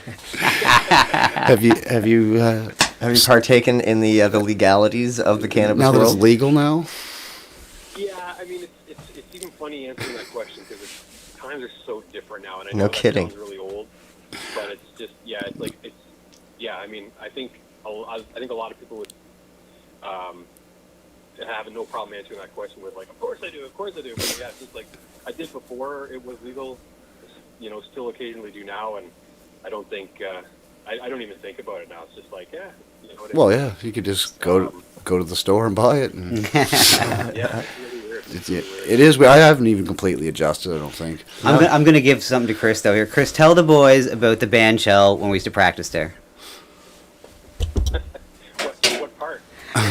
Well, we used to take there's a band shell outside here in town, and it's down by the lawyer's office, and we used to go and set up our gear and have a long extension cord and plug in from the lawyer's office over, because there's no power at the band shell, and we just practiced there, and then the cops would show up. No. And we just told the cops that it was all good, we'd take care of everything, and they left. Like, we'd have parties down there, and the cops would come down and check it out, and somehow we'd be doing like, just can tokes or something behind the band shell and hanging out and playing, and there'd be like 20 people hanging out there, and then I don't know, it seemed like it didn't get broken up as much as it should have. Maybe because you're playing music and they're like, well, at least they're not just being total punks. Yeah. I just thought that was a good time. About that band shell was just, like Steven said, we'd set up to like jam, and it became an unofficial practice place, and we would do that, and like people would show up. It was like a place to party, like Friday and Saturday nights. People would just come down, we'd be playing music and stuff. It was a lot of fun. Crazy. Yeah, Mr. D-Ball Money, the band was called Soup, not Soup Up. It was called Soup. Yeah, just Soup. Yeah, Soup Up. No. Just like Madonna, just like Cher, just one name, Soup. Yeah, that's right. So it was kind of perfect because, I mean, you guys were, like I say, a soup or a menagerie of styles, right? We were a menage a four. So I was trying to do a little research before this interview, and I was on the internet typing in soup and then band afterwards, Soup the Band, and when you get some crazy fucking shit starts coming up. Anyway, there's some other bands called Soup out there. No. Yes, there is. What? And, They're canceled. Ban them. Call the lawyers. Nothing like you guys whatsoever. Not nearly as good, that's for sure. From like other places, not from Canada neither. So not from Not like even North from America. Not even North America? No, I forget remember where. But, I am flailing without. But anyway, I went through lots of pages and I didn't find anything about you guys. Motherfuckers! What? But I You're still gonna have some pretty aimed searches to locate your guys. Are we gonna have to write our own wiki page? Yeah, clearly. You should. Or actually, even better, let's throw that job out to your audience. You guys are already on the internet, so why don't you head on over there now and start making the Soup wiki page? But you do got that YTV thing to always be on YouTube That's now. right, boys. That's a big for all of accolade for you time. guys. Congratulations if you didn't hear it from me before Oh, now. thank you so much. No, it was for me personally. It kept me going all these years. Like that's one of the things that kept me going playing music. It was such a rush. You're like it was like a dose of heroin. I would imagine. Not that I've ever done that, but it's like you're chasing the dragon after you do something like that. Right. I don't know about you, Chris, but that was. Well, playing live, there's. Yeah, no, I mean, I look back at that event, and I honestly, the way I see it is like, it's easy now to look and say, oh, we did that, and it was fun, and it was, we were kids, and this is what happened. But like, when you actually think about it, like, this is a big fucking deal. Yeah. Yeah, that's what I keep impressing to our listeners here is, I mean, they know they're your fans too. If a couple things went just a little, like you were almost there, like a couple things might have went a little differently, and you might have. Might have went bigger. You were right there. I've never been a what if kind of guy, but No, Chris, you can't live on but that trip was great. Chris, you can tell them some of the things that we got to do when we were in Toronto. It was amazing. Mm-hmm. Yeah, Yeah. it was. I mean, we felt like we were treated like kings for that time. I mean, we were all young. They gave us all like per diems. We had a driver, and it sounds like it's something that that I'm saying. Well, we were so cool. It's not about that. It's just for a bunch of kids who were still kids. Yeah. It was a big deal. We had a guy who was like we could call him at any time of day or night, and he would show up and basically do whatever take us where we wanted to go. Like personal driver. True rock stars. Yeah. We were in the hotel, and we were partying, and like most of the people who were there for the show were there for the show. It was a serious thing, and we and this is all on video too, which is nuts. Because we had a camera, and we decided to just document the whole thing, and we were partying in our hotel room with a couple of other people, and the prime minister was a floor down in our hotel, and his security people complained. This whole thing is on tape. The security comes to our hotel door, and we're like, oh shit. We're like we got like genuinely kind of worried about it. So they showed up. Oh yeah, this is the government. Two of them showed up, and they stood each outside the door, one on each side. Oh wow! And then our drummer Bob had a video camera, and I got to get this transferred over digitally. I tried to, but please do. But anyways, the point is, he'd have the camera, and you go out and you start asking them questions like from side to side. Like, how do you like Toronto? How's the city? And blah blah blah. And they were just stone faced, ballsy little shit. You know, we were just like just full of piss and vinegar. What are you awesome, gonna do? Man. Assholes. And teenage angst. Yeah. We're such assholes. Speaking of assholes, I would love to play another song by Soup. Okay. I'm not going to make Chris sit through it, so I will add it in post. Oh, okay. But I definitely we'll play would like love... 30 seconds of it or something, and then Yeah, Chris, if you're okay with that. Just to refresh our... This may get loud in your ear, my friend, and I'm very sorry. Turn the volume down before. Exactly. I guess, but this one is track 3 off of Soup's self-titled album from 1996 called "The Anti-Dick Anthem," and I think it's a real good anthem for days like today and or times like these when we kind of need to be a little softer and kinder and sweeter to each other and stop being a dick to each other. So, again, the Anti-Dick Anthem from Soup, 1996.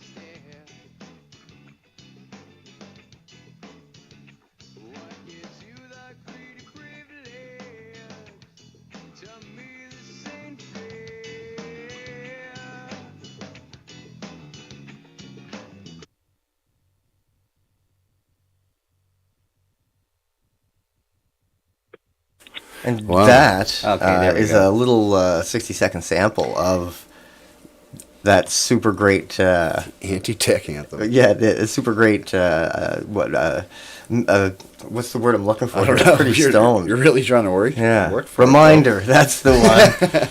There's the reminder. To be a little softer to each other. Sorry, Warfus, I thought that there was a song playing that you guys could hear while I muted that. That was my suppose, bad. Yeah, as soon as he mutes our mics, you cut the board. Oh. Yeah. Sorry, guys. We heard it on our podcast, though. So, you guys want to hear it, why don't you head on over to where you get your podcasts and hit the subscribe button, because we do release, by the way, brand new fresh episodes every Friday at 4:20 Atlantic. At 4:20? Yes, sir. Nice, nice. Yeah, every Friday at 4:20. This Friday at 4:20 will be this episode right here. That's right. Okay, very nice. And in the meantime, you've got 17 other episodes to catch up on. We have a couple days for Jeff to edit the crap out of this. Yeah. Nice. It'll be good. It'll be Yeah, all right. edit out all of my curse words. Not a chance. We won't have it done in time. I want to put this up on my Christian channel, please. So just if you could just. So again, I'm going to ask this question to both of you. Again, starting with Chris. What are you listening to right now? What are your top 3 bands? And it's okay to say things like Katy Perry and stuff. We're old now. Honestly, yeah. I mean, I listen, and this is like the most cliched answer in history. I listen to everything. I really do. And I'd say in the past maybe 3, 4, 5 years, I've really gone on a journey of like trying to find new artists to listen to. I know it's easy to find, but like I don't know. I just not even that I got tired of listening to the same stuff. Just looking for new music to fuel everything. So to say, stuff I've been listening to a lot lately, it's a tricky one. I'm just trying to think what I could easily just pull up my most recent plays and see what's there.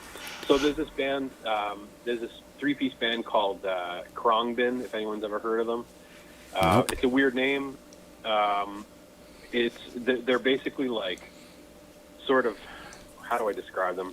Like kind of psychedelic rock, but more like groove beats behind them. It's like it's a drummer, a bass player, and guitar player, all instrumental. Super cool band. They have a couple of albums out. If you feel like checking them out, I would recommend starting with Con Todo El Mundo. It's a super album. Great for anything, really. And again, Chris, it's Chrome Dawn, like CHRONDOM. No, they're called Khruangbin. Yeah, Avant-Garde has it in here. Oh, there we go. We've got it here in the live chat. KHRA, etc., etc. Etc., etc. I would never have. I'm glad he put it there because that's not how I was spelling it. KHR, some other letters. Yeah, KHR. No, it sounds really cool. Not a lot of people can get into instrumental music, so that just kind of tells me right there how much you are still a music lover. Yeah, clearly. So let's finish up. Let's let him finish up his question. Yeah. What's the other 2 kind of things that's in your playlist or in your cycles? Another band that I've been listening to a lot is, and again, this is mostly instrumental. A band called Polyrhythmics. Oh yeah, yes, yeah. I think I heard of them. Super cool progressive jazz, funk. They have some of the grooviest shit you'll ever hear. Yeah, my friend showed me them. Yeah. One of my friends did. Dennis, my brother, because I know that band as well. Awesome. Yeah. They have a real deep library as well. Cool. And I have to say that I am in absolute love with King Gizzard and the Lizard Wizard. Ha! You serious? Yes. Right on. Nice, Chris. Good one. I like that. Nice. Yeah. They are. If anyone who's listening to this hasn't heard them, please do yourself a favor. Australian band. I think they're like an 8 or 9 piece, and they're like they do everything from like groove rock to straight up metal. Yeah. And they're workhorses. They put out in 2017 or 2018. They put out 5 albums. Wow. Yeah. In that 1 year though. And and their videos are crazy funny. Wow. Yeah. They're an busy. Awesome band. Yeah. That's busy. Cool. So Awesome. you Check 3. So let's bounce that off of you here, Steve. What's kind of the 3 favorites or 3 somethings that you're listening to lately?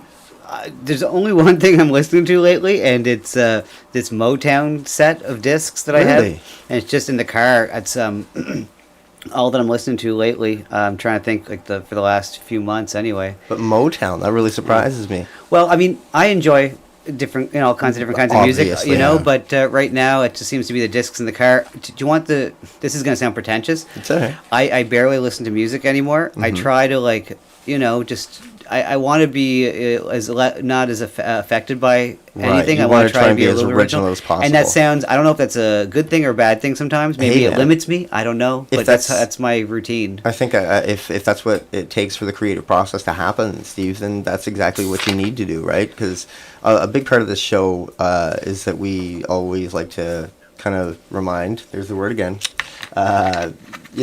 stop fucking talking about it and fucking do it.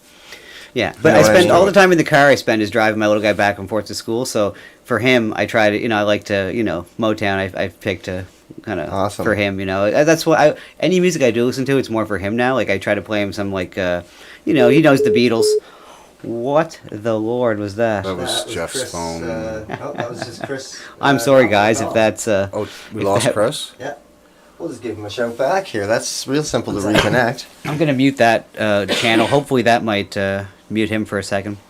Anyways, I know that sounds silly, but that's what the deal is.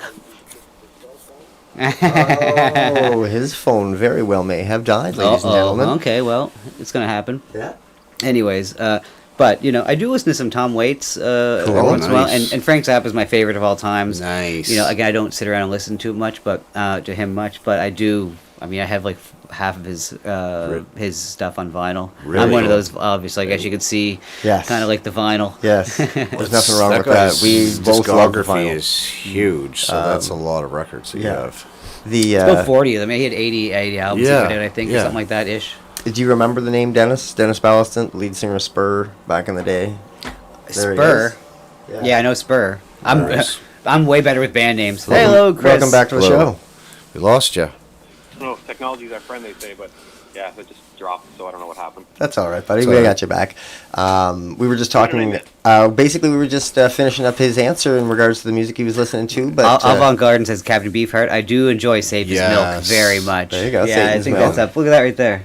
The lovely but, assistant is back. Welcome back, lovely assistant. Gonna brush the hair. But basically, we were getting at Chris was we were talking about our all mutual shared love for the vinyl medium. And I was just about to lead into that. My brother Dennis Ballaston, the former lead singer of Spur, he has now a record store and music memorabilia store right downtown New Glasgow Really? called Omen Audio, OHMN. Audio, and he's got a huge library of vinyl. He will ship if you can't make it into New Glasgow, but I would suggest, guys, if you're ever back this way, Chris, swing on into Omen Audio in the Goodman Building, downtown New Glasgow, and you will not be disappointed, guys. It's the black crack, they call it. Yeah. and P.S., he would shit to have a member of Soup in his store. Yeah. That's funny. Isn't that funny, Chris?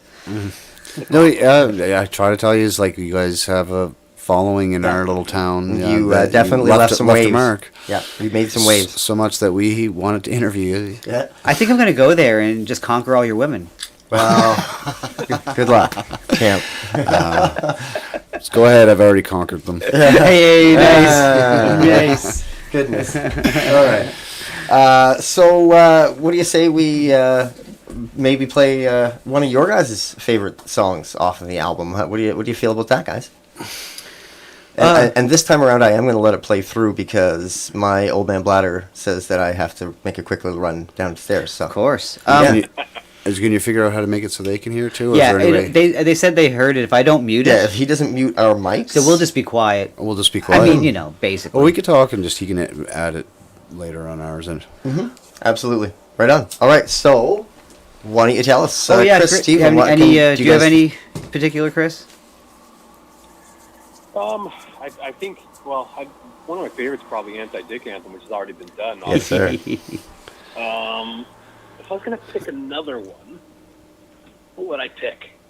Just for the record, we have played the top track number 1, "The Doors of Freedom," so that one's out as well. Cool. I'd probably have to go with Mr. Friendship or Appreciate. I don't know which one. I'll let you guys pick. I was going to pick Appreciate, so he can pick Mr. Friendship. Okay, well, perfect, because we were actually wanted to kind of close the show on Appreciate because it's such a huge banging of a close. That's my favorite. Yeah. All right, so then I will give our friends live on the air here and our listeners the pleasure of listening to Mr. Friendship, which, if I'm not mistaken, was the track that you guys played on the show. The awards, hey? Yeah, that's awesome. the one. That was it. All right, so here we are again, back at track number 10, Mr. Friendship with Soup.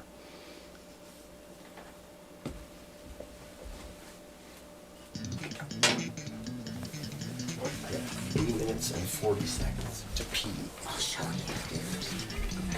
We're good. So our mics are muted on our board, Mike. You know what's up, buddy. There we go. Packaging.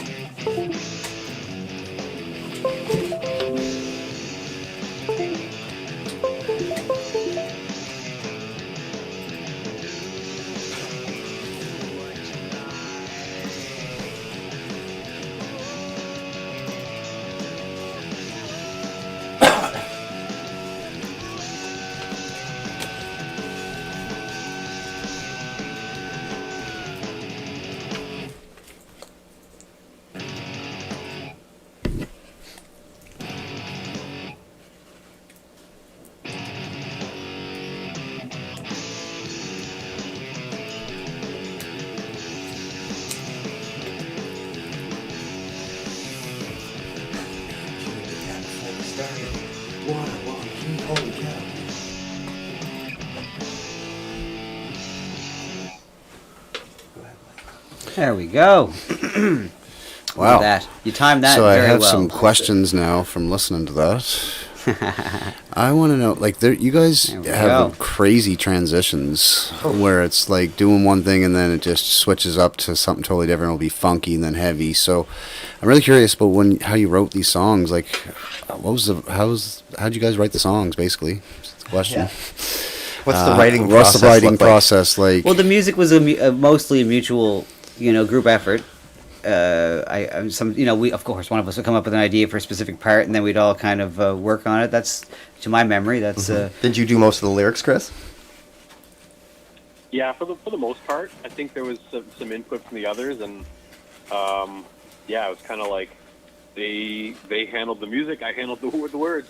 Yeah, that was pretty much it. That's generally the role that we tend to fall into, for sure. So the music got laid down first, and then you just hear what they were making, and then just get inspired and write lyrics based off that, or do you have like a poem book that you had kicking around that you might have pulled from as well? There's a few times where there'd even be just like one of us would have a hook, or I'd have something like a melody. And I remember some songs came from just trying 2 bars of a song. I think some of them came that way. I can't tell you which ones. I just remember a lot of times having grooves that we just kind of work on, and yeah, it kind of went from there.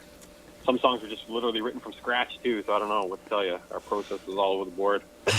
Yeah, seems like anything went with you guys. Well, near the end of the band, we were shoving ourselves in this jam spot and just jamming for hours on end, and kind of letting things come out of that too. So that was kind of the later on. That was seems a lot of improvised written music. Eventually, we incorporated that. Eventually, at first, we were very, we had our songs at first, and then we just played them like that. But then eventually, we started, jamming out, hang out with jam bands.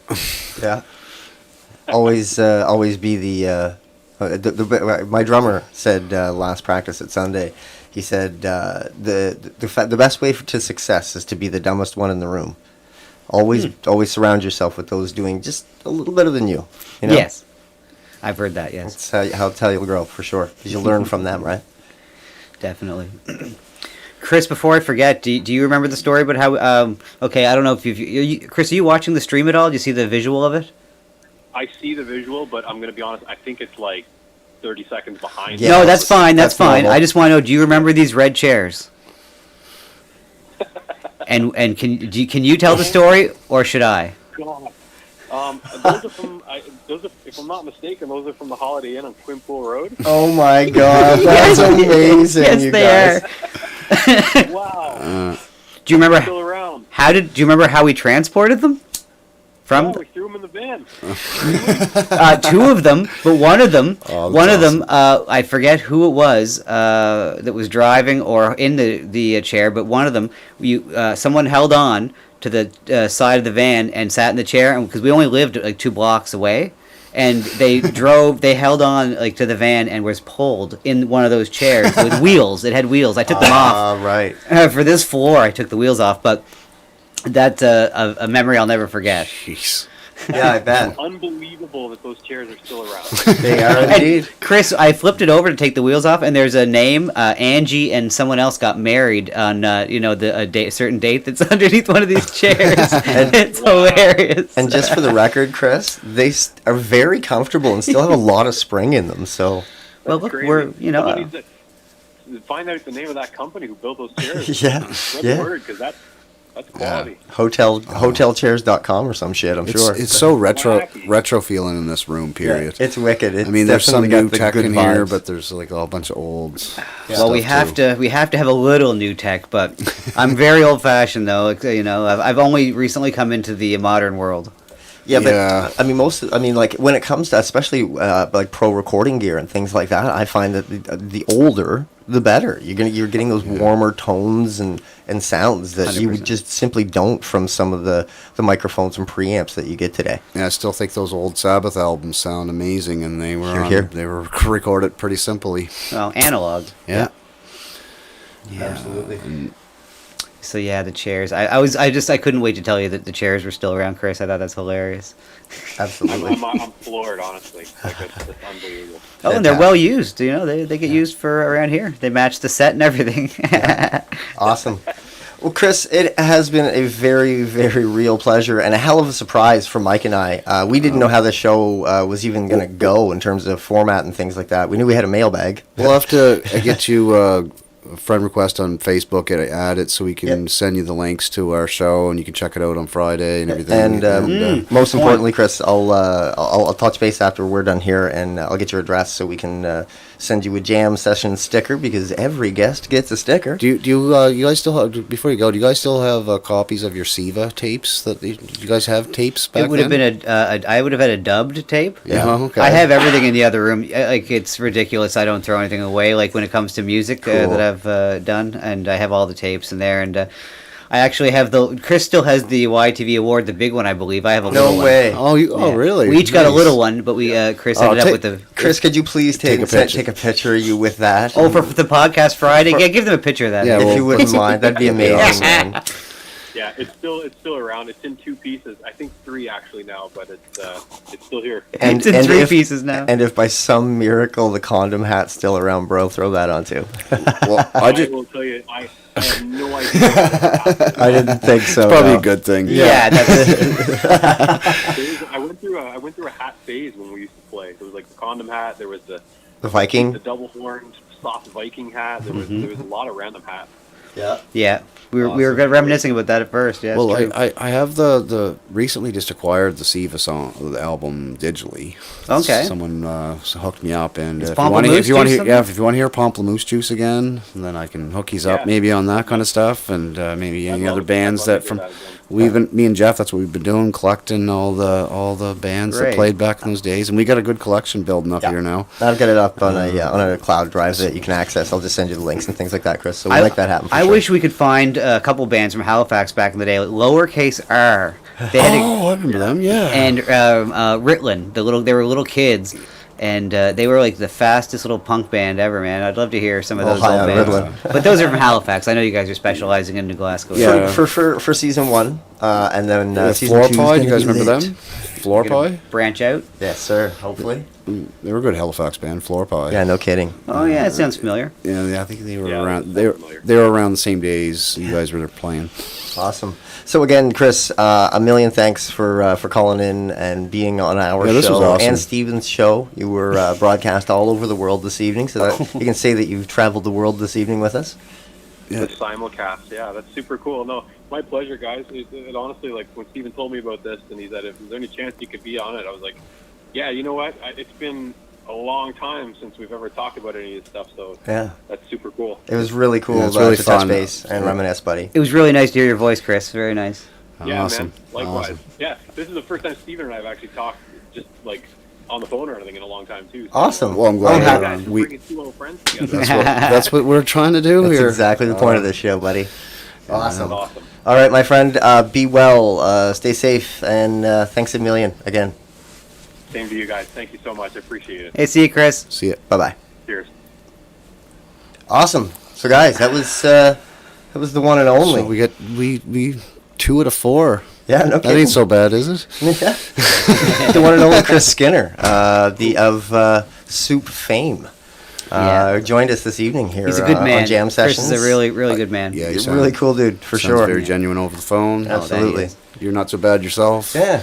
Well, no kidding. We'll once we mute the microphones, I'll start. I'll change your mind. The douchebag will come out. Watch out, Oh my boys. God. Of course. It's a long drive home too. Awesome. So, what's on the deck? I mean, obviously, the people that are currently watching us live on your stream know what you're doing because we're kind of doing it. Yeah, But this when is it what I usually do. Right. So let's. Well, in a way. So weird for your viewers, but great for our listeners. If you wouldn't mind, maybe filling us in on what it is that Irrational Times is. Yeah, explain when the it is, game what- show part of it. Yeah, Sure. and also, can we do some trivia before we go? Because that would be really cool. Okay, yeah, we I can do that. guarantee I will Awesome. lose. I'm terrible at trivia for some reason. I love it. Yeah, we could make that happen. No problem. Sweet. Yeah, what I've been doing is we ended up doing trivia, but I'll give you the origin story quickly. I can run down fairly quickly. It started off. A man banned the word spaghetti in his live stream because he was sensitive. Everyone was calling him Teddy Spaghetti, and I wrote a song for him, and some guys that had a podcast played it, and that kind of opened up my eyes. It's like, well, you know what? Wow, people seem to like it, and it's like I was trying to find a way to merge my music into my interests that were kind of changing, into like just different things, and it just seemed like a natural transition or a natural thing where I found a little bit of an audience that was into some jokey, novelty, goofy songs, And I was doing that for about a year or so before I didn't even like show my face or have a live stream. No one knew who I was back then, and it was fine with me. Who cares? But point is, so I did that for a while and just doing little goofy songs sometimes for shows. Like sometimes I do songs that people wouldn't like, and sometimes that they would like. Controversial. Well, sometimes I make goof on people sometimes, and sometimes I'll do songs for people that are complimentary, or like for a show or a theme song that they would do, or for a bit. Like we have one friend, there's a Sunday Night Shit Show, it's called. Okay. And he has this thing where he doesn't really show his face except for this hat cam. So I made him a song for the hat cam. There's all kinds of little.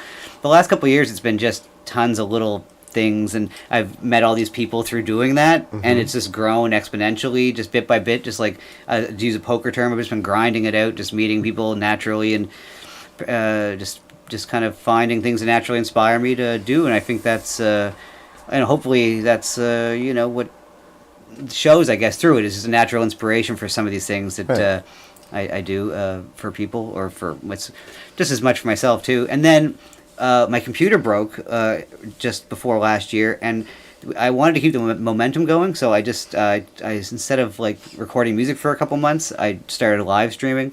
And then after a couple, like once or twice we live streamed, and then we figured out that trivia was something we could do a little bit of, and that's been kind of working out. We do it a couple times a week. And then sometimes I do just like a regular live stream and just watch silly videos, or sometimes present songs that I've made. It's a nice kind of, because before I did the live stream, I would just put the song out and then, whatever. But now I get to see people's reactions sometimes live. That, like, I just made a song for this guy, Johnny Boston, recently, who is a live streamer, an IRL streamer. He goes around and just kind of streams his life. Tries to sometimes piss people off or different ways or whatever, and whatever.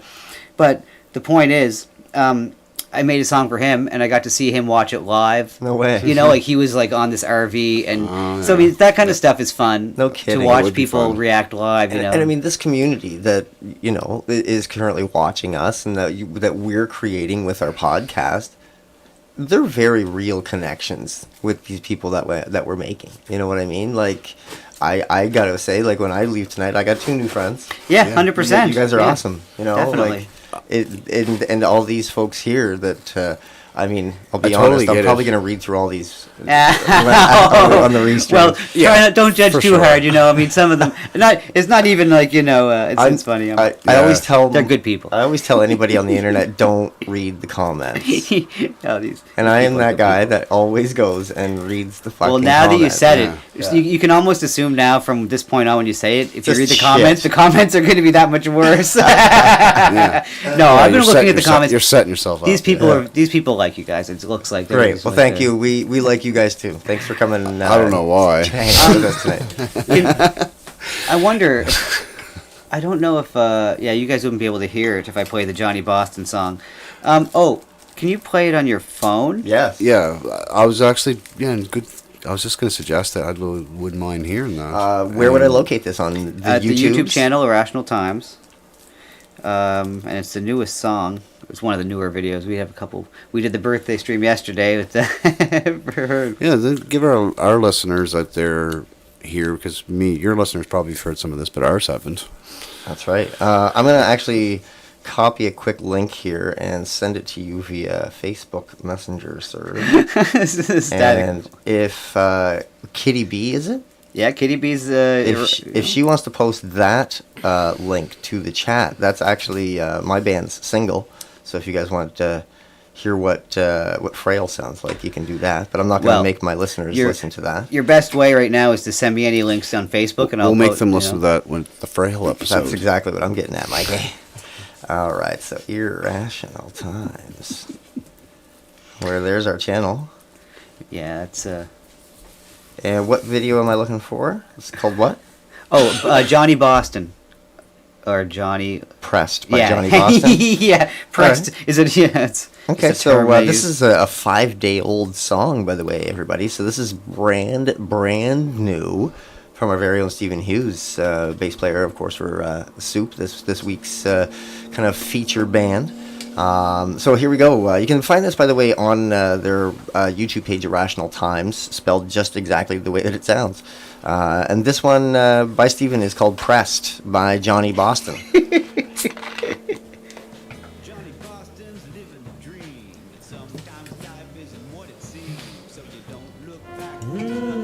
Tinfoil. This pleases us.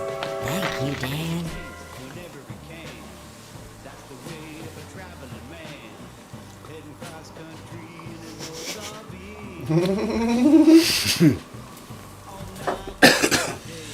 You think I could grab a splash of that Coke? Steven? Can I grab a splash of that Coke, buddy?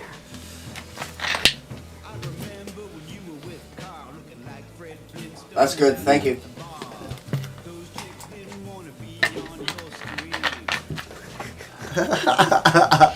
See the video too? Oh, you got it.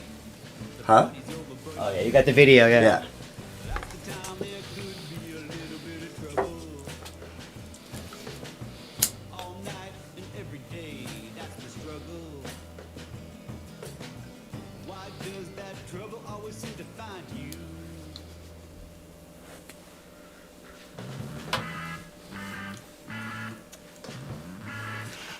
Yeah, boy.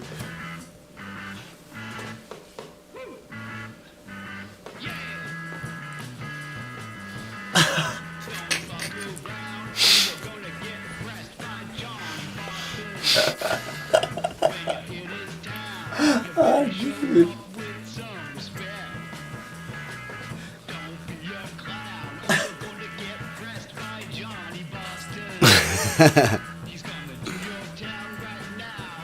That's you singing, hey? That's him singing? Yeah.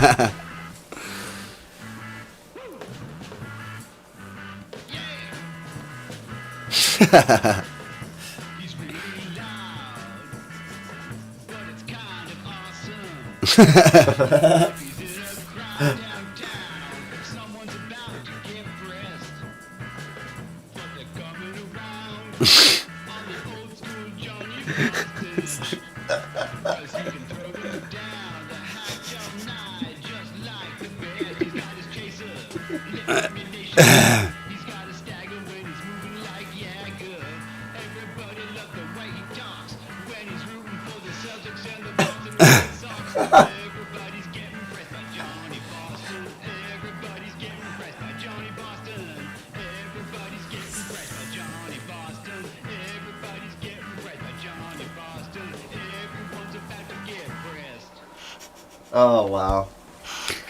There you That's special, buddy. Holy That was shit. awesome. So yeah, you know, some of these people can be a little undesirable on this in this world, but you know, Your rhyming is fantastic, man. I love it. Oh, that's like. Well, I'm a great descendant, or an old descendant of Dr. Seuss. I get all this shit, man.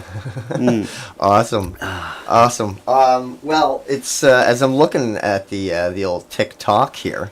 Oh, you're on the TikTok. Well, no. Actually, I'll tell you. I kid. So I'm 40 years old, and we don't belong there. We just don't. Oh, trash the place, Destructo. Well, it's your stuff. Yeah, it's your mic. It's Destruction. Yeah. We don't belong on TikTok. If we're 40 or over, I don't know. 100% agree. Yeah. We should be nowhere near TikTok. No. No. Like It's sad that I'm tempted. Oh, here's my question. I haven't gone there. Here's my question to those of you who haven't yet joined TikTok and are like, maybe I should. You know what I mean? Would you have joined Musical.ly? Ask yourself that. And you probably didn't. And you're probably looking at yourself or looking at me, just like Steven's looking at me right now, going, well, what the fuck is Musical.ly, Jeff? Musical.ly is what TikTok was. It was music and a little dancing, and you slow it down and all the blah, blah, blah that you do on TikTok. And that's people what parody each other kind of thing. Yeah, no, I remember that. That's what TikTok has become, basically. So essentially, one person would do it really well, and then everybody would be like, oh, I'm going to do that too. So I guess that's the question you need to ask yourself. Did I join Musical.ly? If you weren't on Musical.ly, you're not gonna like TikTok. Basically, is I guess what I'm getting at here. Well, now it's just like, girls like acting inappropriately. I'll have to take your word for it. I mean, From what unfortunately, I have teenage daughters on goddamn TikTok. So That's very now you're unfortunate. freaking me out, I'm bro. so well. Do I have to get back on TikTok and follow my children? Yes, yes, you do. You do. All right. I don't know. If I had a teenage daughter, I would most definitely be at least following. If I didn't had already deterred her from being on TikTok, I would most definitely be monitoring the situation 100%. And that's. I mean, you have to. Yeah. I find especially TikTok. Yeah. If I'm being Snapchat. honest, I don't do it as a job as I should probably. Oh well. But I mean, Oh, you like nobody's monitoring perfect. online? No, of course. Right. Exactly. Yeah. I mean, of course. But I think I would hope that I've given my kids enough cyber knowledge. They've had some sort of thing connected pretty much until since they knew how to read. As long as you're instilling the right morals anyway, then it doesn't matter what I guess that's app really, they're on. yeah. You know what I mean? Self-respect is not an app. Yeah. Oh, I like that. Ooh. Damn, son. There you go. You want a fucking hashtag for this episode? Self-respect is not an app. Yeah, self-respect is not an app, folks. There we go. Write that one down. I find I only like and it's someone I know. Like, I have no interest in watching TikTok videos of strangers. I just don't. Yeah. I don't know. Yeah. It's just me. Unless they're doing something interesting, which it's rarely. It's not rarely. I'm not going to follow one person unless they're doing, they have to be completely amazing. The one week that I was on TikTok, there was like this one girl that found like this crazy weird like secret safe in her new home, and they like had some dude come in and crack the safe, and they found all this really neat shit in it. So That's cool. That was kind of cool, So like those little TikTok-documentaries. Okay. There's another word I just made up. I gotta be honest though, the people that have shown me some TikTok stuff, they show me and they're all laughing and they're like, "Look at this," and I'm just like, I don't get it. Again, it's I the way don't it get should. what you're laughing at. When we're a certain age, Is that a generational thing? Maybe it's the way it should be after a certain age. We're not guess supposed so. to get all the things of the youth. That's No, the way I it is, don't. You're right. Yep. Absolutely. I mean, my, and fucking old. Maybe I think they might listen. Probably not. So Someone I'm just gonna say donated. Self-respect is not an app. Thanks to Dono, guys. Coffee Talk with Sandra. That's great. Awesome. Coffee Talk with Sandra. Go follow her. She I was does just her gonna say show. so I have to admit, I do enjoy that this double show thing happening. Oh, for sure. It's been I'm all very about interesting. cross-pollination. I was hoping you guys would be up for it. Again, like, if you guys wouldn't have been, I would have apologized to everyone on Twitter and said, "Sorry, no show tonight. I'm just going to do this with you guys." No. But I'm so glad that it worked out. Me too. Great audience. I gotta say, guys, thanks for hanging out again. They are. Now I feel guilty for for warning you guys. Your beforehand. audience, check out our podcast, Jam Sessions. Yeah. If you want 420 Friday, this episode will be out on our format. Mm-hmm. We might add a few extra things in there that are not during this live stream. Yeah. So, where's our stickers at? They are in wherever the studio bag is. Right behind you there. Let's show put it in front of the camera, our symbol there. We're lucky enough to have our entire production team here tonight, which of course is your two hosts, Jeff and Mike, and my partner, Your Jen. lovely assistant. My lovely assistant, Jen. When you're in this house, you can borrow the term. Little tiny pocket at the bottom.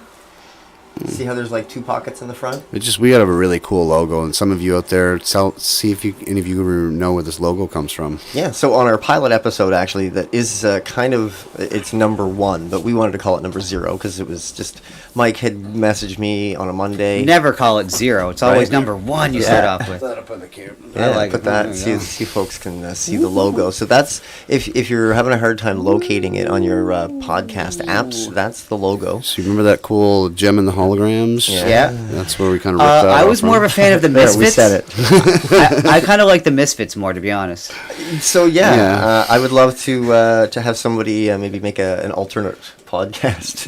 Oh, and by the way, Oh, here, you want like your? Oh, thank you, please. What am I doing? Why did I give that back to you? and one for the lovely assistant I got as well. I should have pulled a Nardwar on you and be like, just keep taking your shit. Or no, sorry, that's what Snoop Dogg did to Nardwar. He kept taking the stuff. That's yeah. right. There you Love go, the your own Nardwar. sticker. Episode. That man's a genius when it comes to. He's a huge, actually, big inspiration to me when it comes to what I do. I bet Nardwar is And fight me if you think I'm wrong, but Nardwuar you is won't. the best I've played interviewer on the face of the planet. I've played Nardwuar on here, and he's everyone He's a loves him. hit. And some Americans have never seen him before, or people from around the world, they didn't see him. So there's people that watch from, like I say, Scotland or from over in Europe and stuff. That, and he gets the seal of approval from all from everyone. Everyone loves Nardwuar. And his research skills are creepy good. Like, he finds out things like why did you wear plaid socks on that Wednesday in grade 6? You know who else is really good? Is the guy on the Hot Ones. Oh yeah. That guy does his research. But Nardwuar, he's got a team of researchers. Exactly. I was just going to say Nardwuar feels like he just has it in his head, but I'm sure he does. Yes, of course. Yeah. But he's calling like high school teachers and shit, dude. But he looks like it's off the top of his head. He makes it look easy. And that's the thing about a lot of these. Exactly. That's what makes him the greatest interviewer on the planet. Fight me if you think I'm wrong. Okay, yeah, well, we don't condone violence, but... Not at all. Not at all. Because... we all got keyboards. Come on. Someone's putting our link up for a thing, are they? Are they? Probably Kitty B, because she's amazing. Yeah. there. Oh, wow. We got Jam Sessions podcast on Apple for everybody. You're awesome. She really thank is. you so much. She, he, whatever. It's Kitty. a she. Okay. Thank Yeah. you, Kitty. Definitely. Awesome. Well, I mean, for now, anyway. Yeah. I mean, I heard that she was thinking about, joining the other team, but, whatever, I don't know. Whatever, man. Whatever. So, Kitty B, I want to drop a word here. We appreciate what you're doing. Oh, isn't that nice? And making sure that everybody's able to follow us. And don't forget, also on Facebook, guys, facebook.com/Jam Sessions Community is where you can kind of get behind the microphone and kind of see behind the scenes, the pictures and the posters and just kind of like we took a selfie while we were driving down here tonight, just to let everybody know that we're on our way to Port Hawkesbury for the one of the coolest interviews that we've had. I mean, they're all equally as awesome. I gotta say, we're pretty lucky to have this show that we're doing. Yeah, you gave me a little clip. You sent me a little clip of you guys driving down here listening to the album. It's funny.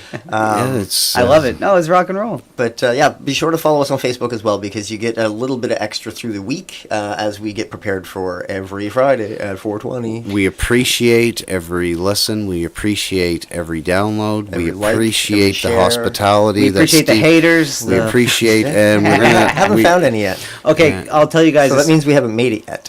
So I'll tell you about the couple of the haters, just for it's a fun story. Mm-hmm. So I think I mentioned a little bit about the pizza. I guess the pizza lady. The pizza lady. So there's one. They know the pizza lady. So I don't I'm need sure to go they do. But sometimes we will go around the internet and find people just to like have a little bit of fun with in their chat room, and one time we went troll. Yes, we sometimes. That is exactly the word. It's sometimes fun if it doesn't, if you're not hurting anybody. Well, we went to this chat room with some guy from Brazil. Maybe this will be. I don't know if you want to play this song afterwards, but sure. He. Some people called him some names in the chat, and he got particularly angry, about that some words, he's from Brazil, and I think someone called him like a Mexican waitress.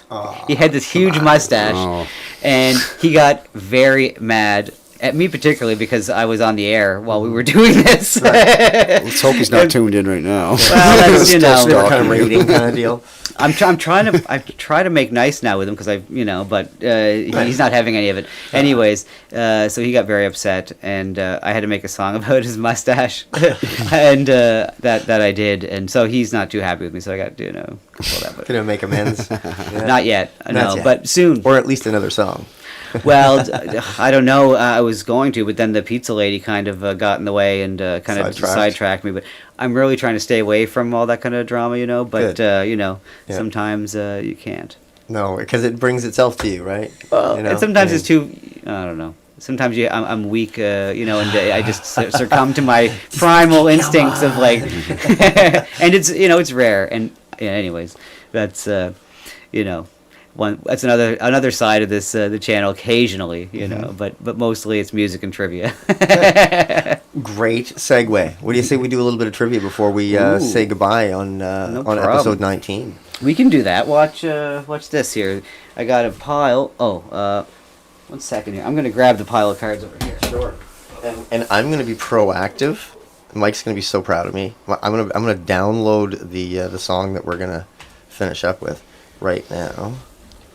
Oh, do you know what? And then Are you one of my songs? You mean the Pizza Lady one? No, play play Money Plane. We'll play Money Plane on the way out.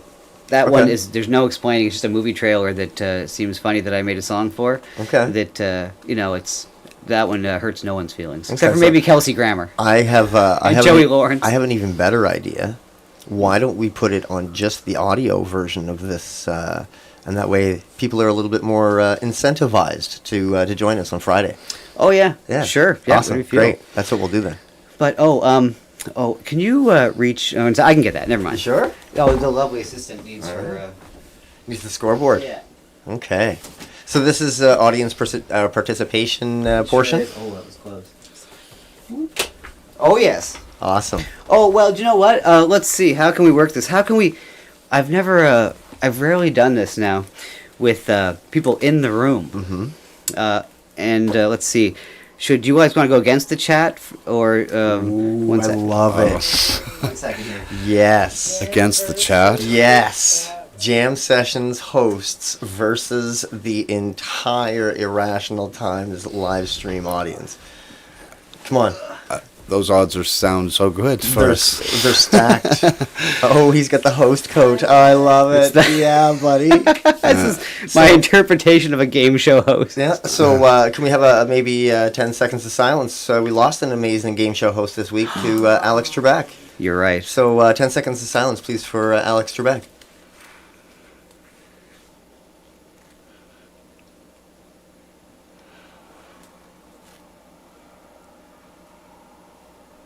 Thank you, Alex. I almost felt like do do do do. I know, it was playing in my head. If I would have had it queued up. Oh, well. I'm too slow. You brought that on too quick. I wasn't quick enough to have a soundboard of. Anyways, that's all right. I saw Alex Trebek in Halifax once. Oh, cool. We were playing at the Seahorse on Argyle Street, and I was outside for whatever reason, and he walked by. I said, "Hey, Alex." We all said, everyone yelled at Alex in a good way. No one was like, "Alex Trebek, get the fuck out of here! Damn you, Alex Trebek!" But no, and it was egregious that we had a trivia game yesterday. We had trivia, and we forgot to mention Alex Trebek. It was her birthday, and we were so caught up in the birthday party. I was going to say, you got to focus on the birthday girl, though. I mean, let's be honest. Alex is dead. She's very much alive. Let's Amen, celebrate brother. that Amen. more. Break the living. Let's just let's carry on into Double Jeopardy. Okay, let's see. Now, the lovely assistant picks all these questions, so... Okay, great. Just to warn you here. Let's see. Awesome. Let's see here. Oh, what state does John Denver call his mountain mama? Oh, I know this one. Okay, let's see. So we. Oh yeah, well, we haven't figured out. Are we playing against the chat or Yes, what? we Do are. we just yell out the answers when you when Well, you? I don't how's know this if that's working going to here? be fair because, I mean, they do have like a 30-second delay. Yeah. So, like, maybe we should, like, formulate an answer and then maybe get the answers from them and then... How do you, see? Well, let's see here. We got some Colorado. They're saying West Virginia. And the two between Colorado or West Virginia. What do you guys say it is? I think Colorado. See, now the vote's split. What does John Denver call his mountain mama? West Virginia. No? Is No? that your final answer? What do you think? See, because now I'm second. Now Jeff seems more sure than I am. I'm pretty sure it is in fact West Virginia. That is our final answer. Oh, there's a bell right behind you there. But yes. Go ahead. Oh, wait. Ting. It's nice. Yeah, That's the right answer. Yeah, West Virginia. Who gets that? Static Void gets a point. Yeah. Oh no, well Paul Ernst said WV. That's West Virginia. Okay. Let's see here. So who is? So is That this would be like Paul. everybody just rings Or in maybe first me answer? and Jeff could just go against each other here and. Ooh, that's a good idea. You guys feel free in the chat, but you know, to keep absolutely. going. You guys still So keep Jeff, getting points. we'll give Jeff that one and. That's me a great that one. idea. All right. Yeah, because you Okay. said Colorado. Yeah, Yeah. I did. All right. Okay. All right. So Game yeah, on. this is going to be it. So it's the jam get session my trivia hat beatdown on. between you guys. So now I hope this doesn't bring any rifts between you Yeah, guys. right. This must be the end of the podcast. We want a clean fight. I doubt it. Okay. We're pretty good friends here. Best. Okay. Oh, As long as he doesn't cheat. As long as he doesn't cheat. Yeah. Don't feed me any answers, lovely assistants. Yeah, we can go back and forth if you want. All right, here Should we I- go. Yeah, this would be like I'm it'd be terrible. like Jeopardy. I'm really terrible Exactly. at trivia, so we'll see how this goes. Okay. Who moves first in chess? Pawn? I don't know. Oh, sorry, it's between white or black. Oh, okay. It's, I really don't know. I don't play chess. I'll go 50-50 chance. I'll go white. Correct. Ding, ding, there ding, we ding. go. Yeah, right on. Okay. What was swallowed by 4 citizens of Durham, North Carolina between 1981 and 1988, making medical history? What was swallowed? Whoa, that's not fair. That's crazy. The answer was toothbrushes. That's fucking my ridiculous. God, are you kidding That's me? fucking ridiculous. No, Hey, I was gonna guess what- like chestnuts that were still in the shell or something. No. That was a funny one. What league does Superman belong to? What league does Superman belong to? I do believe the answer. What is justice? Yes, we got tie here, 1 for 1. All right. These guys are killing it too in the chat. Look. Oh yeah, they get it. Oh look, everyone's like white, And the now they're pawn. claiming it's Glue. The good dude says that's racist. I don't know. The pawn technically could be a right answer, but Yeah. just for the record, you can in fact move the knight first as well. Oh. Because it moves in an L shape, so you can get the knight in front of the pawn before you move the pawn. Cool. Yeah. A chess grandmaster wizard, maybe. Maybe. Okay. Next question. What Ontario's airport code is YYZ shown on baggage tags? Which Ontario city's I airport? have been in this Toronto? airport so many times. Toronto it is. That's Yeah. right, You sir. have also Right. been correct with Lester B. Pearson. Pearson, yeah. I had no Pearson. idea. I just put the most common I have city been in in and out of Ontario. that fucking airport so many times in my life, I care not to admit. Yeah. It's a Yeah. busy place.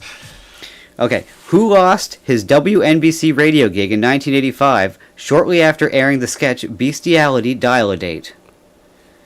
Wait. Come on, you're giving me the points here. I was going to say Howie something, but Howard Stern. Thank you, Mike, for the free point. Sorry. And he was Is that how telling me, it he was works? like, as long as he doesn't cheat. I don't know. We'll have to see what the Maybe YouTube. I don't have to. We have to check with. Yeah, the let's check with the chat. Well, the I was just YouTube so happy gaming- I knew that one. Yeah.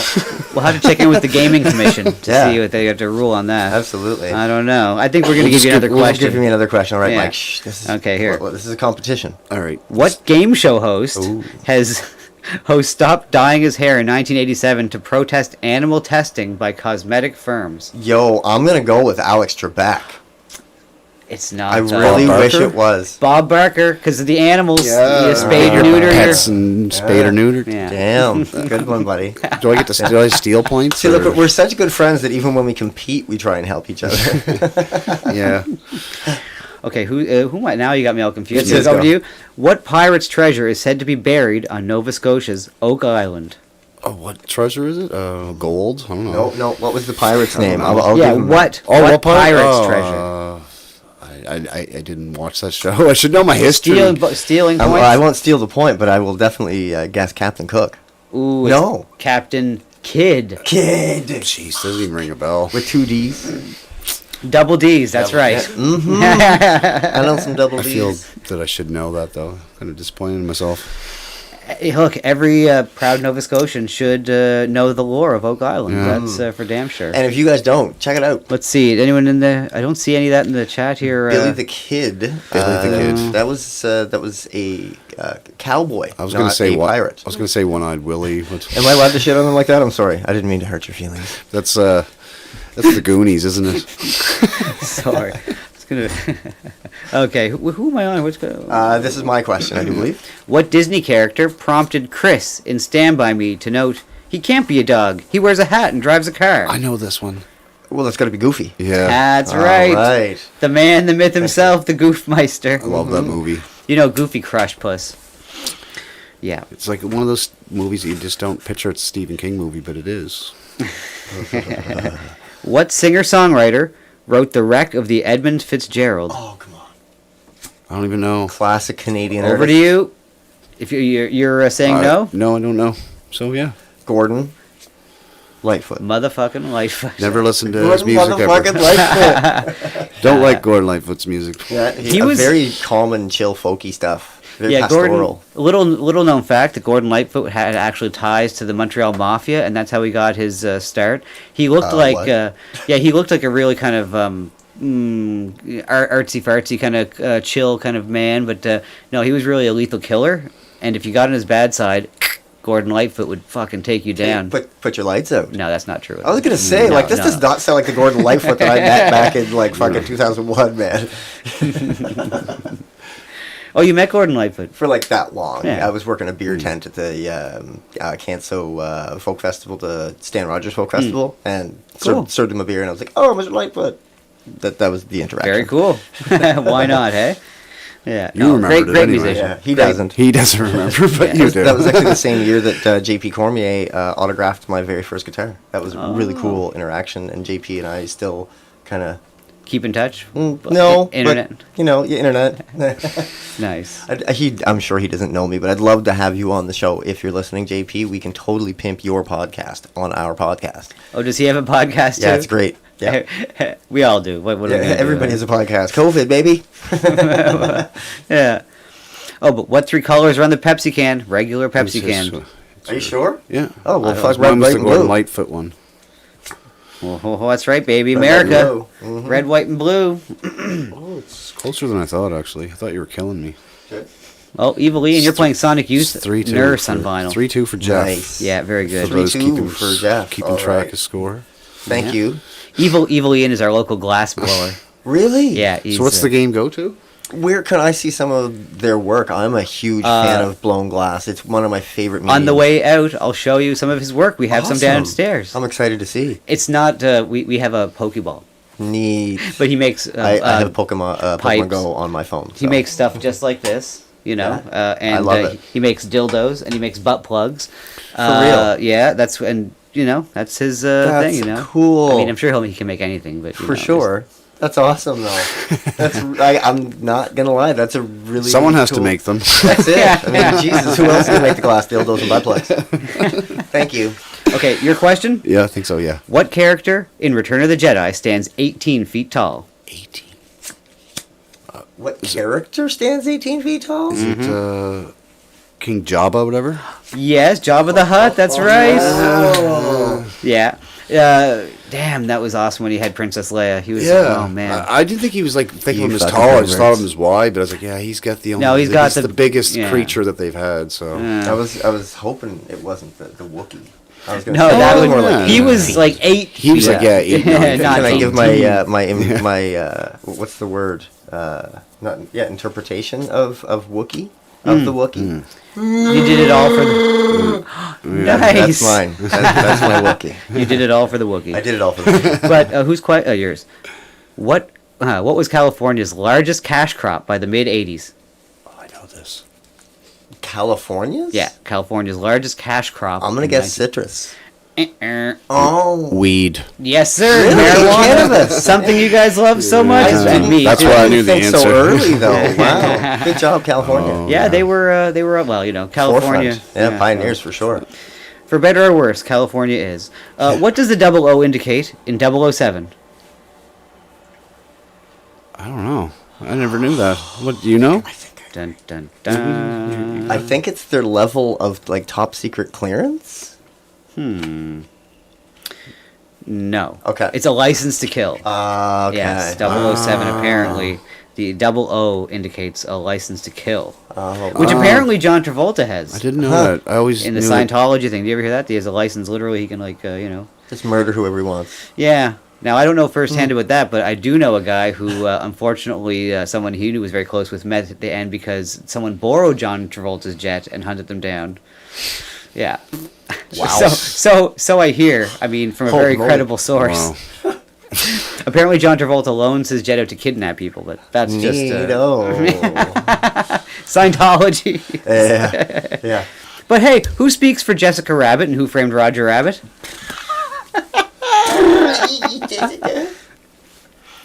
Who voiced Jessica Rabbit? Yeah, the sultry cartoon rabbit. Who speaks for Jessica Rabbit and Who Framed Roger Rabbit? A sultry voice. I'm gonna fucking Smoky. throw something out weird and say Frank Oz. You know what I mean? I'm going to say Dolly Parton or something. No, it'd be Kathleen Turner and her smoke-filled voice. Right. Yeah. I don't know. Jessica Rabbit. I have I don't no know. idea. It's not anything. It was just total guess. Who am I at here? I think it's think my it's question. No, I think that was yours because I think we both stumbled on it. Okay, well, I think we're gonna go with it. Okay. What Dirty Harry movie centers around a celebrity hit list? What dirty celebrity hit list? I don't know this. Get Shorty? No. Nice try. It is and you said you didn't know. It's the Deadpool. Oh God, I would never know. I definitely didn't know. So how are we doing in the chat there? Oh well, they were guessing Kim Basinger for instead of Kathleen Turner. So that's yeah. Let's see here. But no, Kathleen Turner was gotten. I should have been keeping track here in the chat who got it first. Yeah, sorry. Yeah. Well, it looks like Adam Courier. Adam Courier got the Kathleen Turner. Paul earned 6 guys before 007. That's a great answer, Paul, Yeah. but wrong. I apologize to the chat for an unusual trivia round. I mean, but he's they- definitely not wrong. No, no, but they understand. We have guests. It's a little different format this evening, folks. Thanks for hanging out. Exactly. But hey, what New York City self-proclaimed anti-crime organization claimed to have 700 members in 1980? Ooh, this might be a tough one. There was a group of guys back in the 80s who were walking around the streets of New York, and they were trying to clean up the streets. They weren't the police. They wore little red berets. Did you ever hear of them? Ever see those guys? They used to walk around the subways, make sure that muggers weren't mugging old I ladies. do, but I don't know the name. Well, Vigilantes or something? no, they were called the. Well, they'll get it. Watch this here in a second. It'll pop up in the chat. That's what we should have been doing. If we couldn't get it, give it to the Yeah, chat. exactly. Oh, that's close. Red Berets? No, they're clicking close. The Blue Nice. Angels. It's the Kitty B. Nice. I like that. Anyways, it's the Guardian Angels. Yeah, it was an interesting little Close with the phenomenon. Blues. Yeah. Sons of Batman. What Dire Straits #1 song generated controversy by using the F slur? Oh, you probably know this. I do. I'm not gonna say it. Why is Trivial Pursuit trying to get me to get my channel taken down? I think it's your question, so I'll let you. Little. Yeah, that's the song. Yeah. Oh, come on! It's the biggest hit song Dire Straits had. It's what made me love electric guitar. I can't think of the That name of the song. The video is iconic. Yeah, I know. And the Weird Al want my MTV. They want their MTV. Yeah, yeah, that's that's a the name of fact. the song. Yeah, I know. They get but- the and the Oh. chicks for free. Yeah. Chester Copper podcast. Oh, that's the name of the. Well, there. Don't they look have at the money chat. for not listening. I was lost. I was lost. I gave it. I had to give it away. Yeah. Money Well, for that opening riff when it kicked in is what made me want to get into heavier music. I swear to God, I was very young, and that's such a great riff. Okay, but more importantly, who told Ronald Reagan? Who told Rolling Stone Ronald Reagan is one papa who shouldn't preach? Oh, come on. Who told Rolling Stone magazine? I don't even know who it is, so I'm going to do my impression of just anyone. Ronald Reagan is one papa who shouldn't preach. Is that Madonna? Yes, Okay. you can tell by my impression. It was Madonna. Awesome. Oh, hey, well, that's all right. Al. We'll see you around. Hey, thanks for just popping by. Yeah, no kidding. Cool. So what's the name of the cream-filled, 2-to-a-pack golden sponge cake made by... Twinkies. That's Love those right. motherfuckers. Beautiful. What famed cartoon rabbit did American Express cardholder Mel Blanc provide the voice of? American Express? Yeah, I didn't know that either. No idea. Famed cartoon rabbit. Well, it's, I don't know, Bugs Bunny. I don't know. There you go, that's right. What's up, The American Express thing threw me right off. I know, I think that's what they're trying to do with that. It's like, he did a commercial once, good for you, you know? It's like, anyways. Help like it's so much more than just Amex commercial. Come on. Oh, someone saw Roger Rabbit. Oh, here we're getting tough ones here, though. What European country is home to the world's best-known 3,000-mile bicycle race? What European country? I'm gonna guess France due That's to like what the I would say. velodrome Right. and things. Yeah. Awesome. Sometimes the obvious. I'm gonna give myself thing- this. It's to Tour de France. Yeah, sorry, I'm not dinging. Oh, no, that's fine. That's all I right. deserve that one. I had to think hard. Yes, and I guess here. Well, here's a. I feel like I'm kind of giving this one away, but Please what do. European country is in the shape of a boot? Oh, Italy. Ding, ding, ding, ding. As well. And now I know that that might be kind of confusing the way I said a boot. They might think I'm saying about, or maybe perhaps something that you go on the water with. What shape is the country in about? Anyways. Okay, what Canadian city is the famed Neptune Theatre found in? Halifax, Nova Scotia. That's right, Halifax. there you go. Love that place. It's a beautiful theater. If you ever get an opportunity to go while you're in the city, definitely check it out. I don't know if they're still doing their dinner theaters, but yeah. Yeah, those were always cool. No kidding. So, who lives under the bridge that the 3 billy goats have to cross? We talked about these earlier in the show. Oh, the troll. That's right. I forgot all about that story. Everyone's favorite, the troll. How many eyes does a tarantula spider have? 2, 4, or 8? 8. As many legs as they have? Really? I think it's 4. You are correct. Dang! I fucking hate spiders. The only arachnid that I like is a lobster. Real talk knows got the troll. Oh no, wait. Yeah. Oh wow. Real All talk said kinds. troll, and then look, boom, they all just showed up. Yeah. All the trolls just showed up. I was gonna say that, I swear. I love it. What color is a white mouse's tail? Black, blue, or pink? Pink. Oh, let's see. Damn. Yeah. You know your rats. And I bet you their eyes Or your are as mice. well, because they're generally albinos. Oh, cool. Very Thought about it and pink, yeah. Listen to this one. Which member of a band plays the Skins? If we don't know this, we're in trouble. Yeah. Let's see if they can get it on there, because me and Jeff know we this. definitely know this one. Okay, you guys. What member of the band plays the Skins? It's a cool hip term that us, all us, hipsters Musicians use. All our fancy, fancy musicians. Yeah, super technical terms. Real talk. Radio. There's a correct answer. Got the Real talk. drums. That's right. The accordion, says non-con. Close. Yeah. The fluffer. That's great. I wish I could almost give you a point, Henry. Sorry, bud. Oh, you could. Actually, I had to take down. We have our posters up for the Wall of Winners and for whoever's the funniest of the night. Oh, okay. But we just made this, and I used like epoxy glue on it, and I put them up last night, and we dealt with it. But man, it was stinking in here today of glue, and I was like, I can't have these people. Can't have these people coming in here with this smell. Like I have to let this epoxy cool down. I don't know what is going on with that glue. We appreciate that. It's gross. There's that word again. Oh my god. Anyways, which of Tom and Jerry is the cat? I forget who's. I think this is my question, and I do believe it is Jerry. Sorry, it's Tommy the cat. See, I figured I'd go with the opposite because it would be like smarter marketing. Maybe not. Good old Primus, Tommy the cat. That's what I was thinking when I saw it. I was like, oh, but no. Tommy the cat. These questions were made before Primus existed. Clearly, These are all old. Down by my side. That's right. Hey, baby. What 1983 Styx hit song featured a robot? Robot. I don't know. Really? Well, I think I kind of do, but I don't think I do. Ooh, it's Mr. Roboto. Oh, that's what I had it in my head. Domo arigato, Mr. Roboto. Domo. I should have just said it. That's what I was thinking. Okay, well, I just don't know who's. Like, I didn't know Styx sang it, to be honest. I thought it was fucking Devo, if I'm being honest. I can understand why you might think that, of course, right? Of course. Okay. What U.S. state would you be in visiting the Everglades? Oh, it's over Florida. here. I know. I think That's I know Florida. this. For sure. Yes, there you That's go. where my Yeah. ex-wife and baby mama lives. Oh, Be really? safe, Sharon, if you're watching. Cool. Yeah. Shout out. Hot spot there for the crazies. Oh, for the crazies? I mean, Florida man. Yeah, that's kind of the meme, right? I'm not even worried about the virus. She can stay in her house and avoid all that shit. It's the Florida man that will come knocking that I'm concerned about.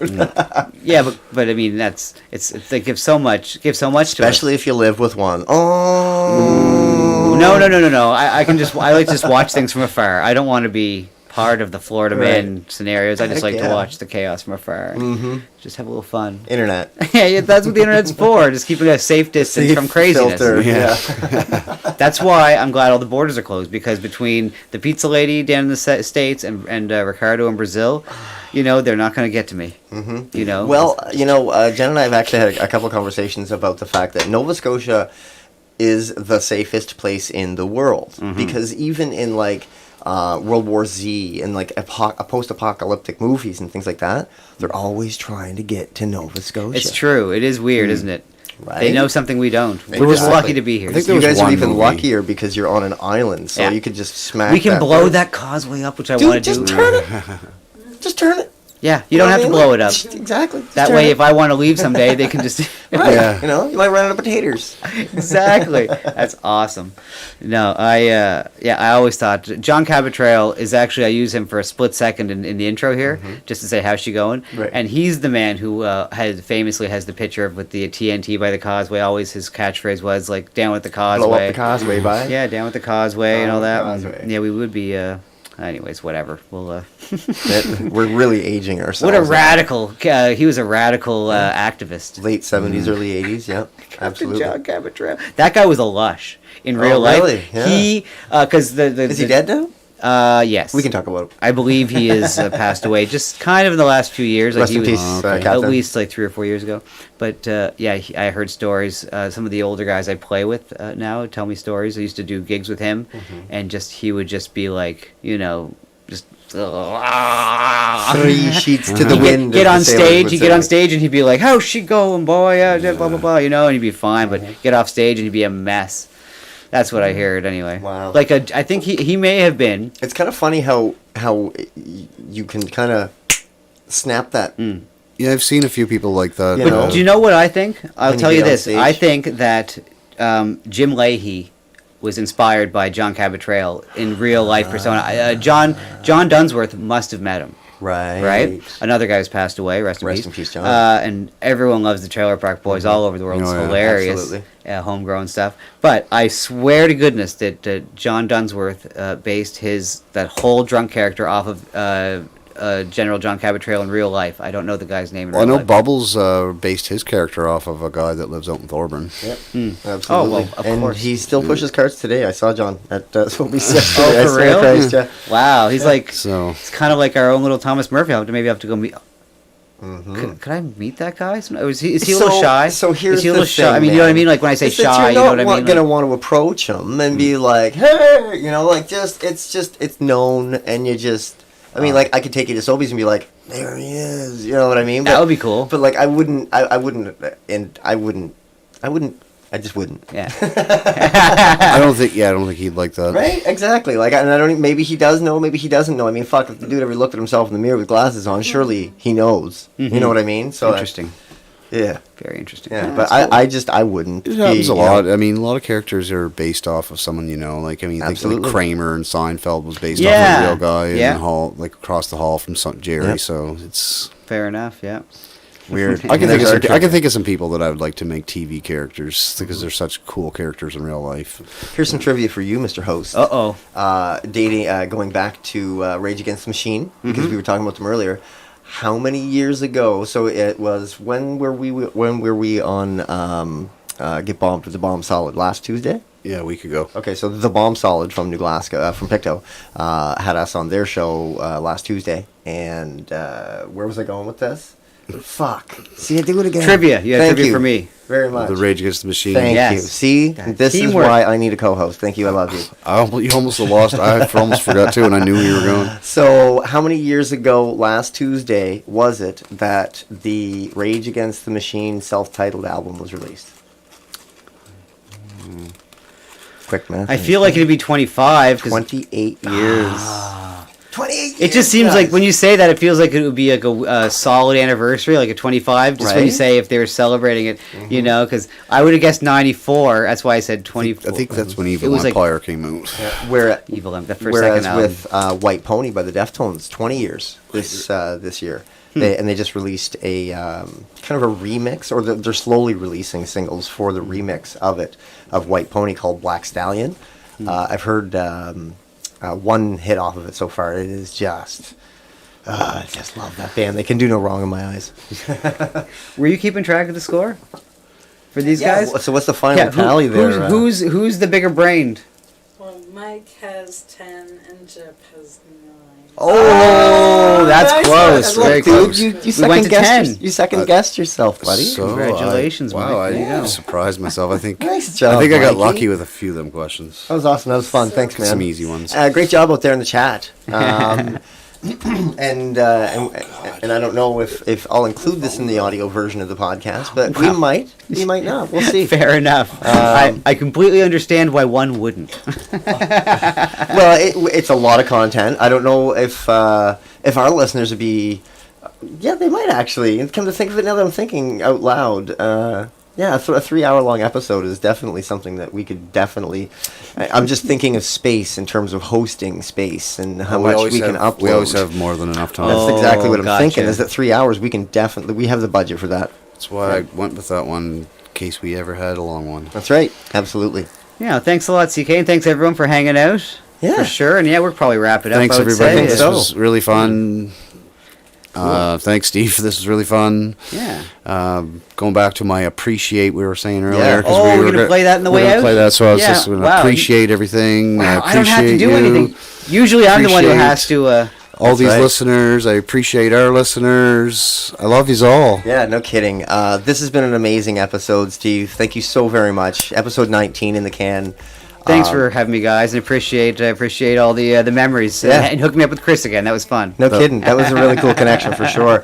To the lovely assistant, thank you for joining us. To my lovely assistant, thanks for coming along to be part of the Yes, production team thank you, to Jen. help make this happen tonight.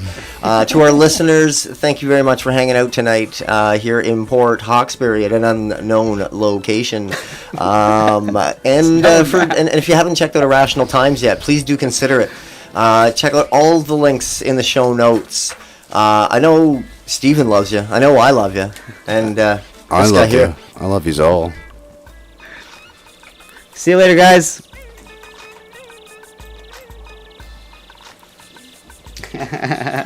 Ugh.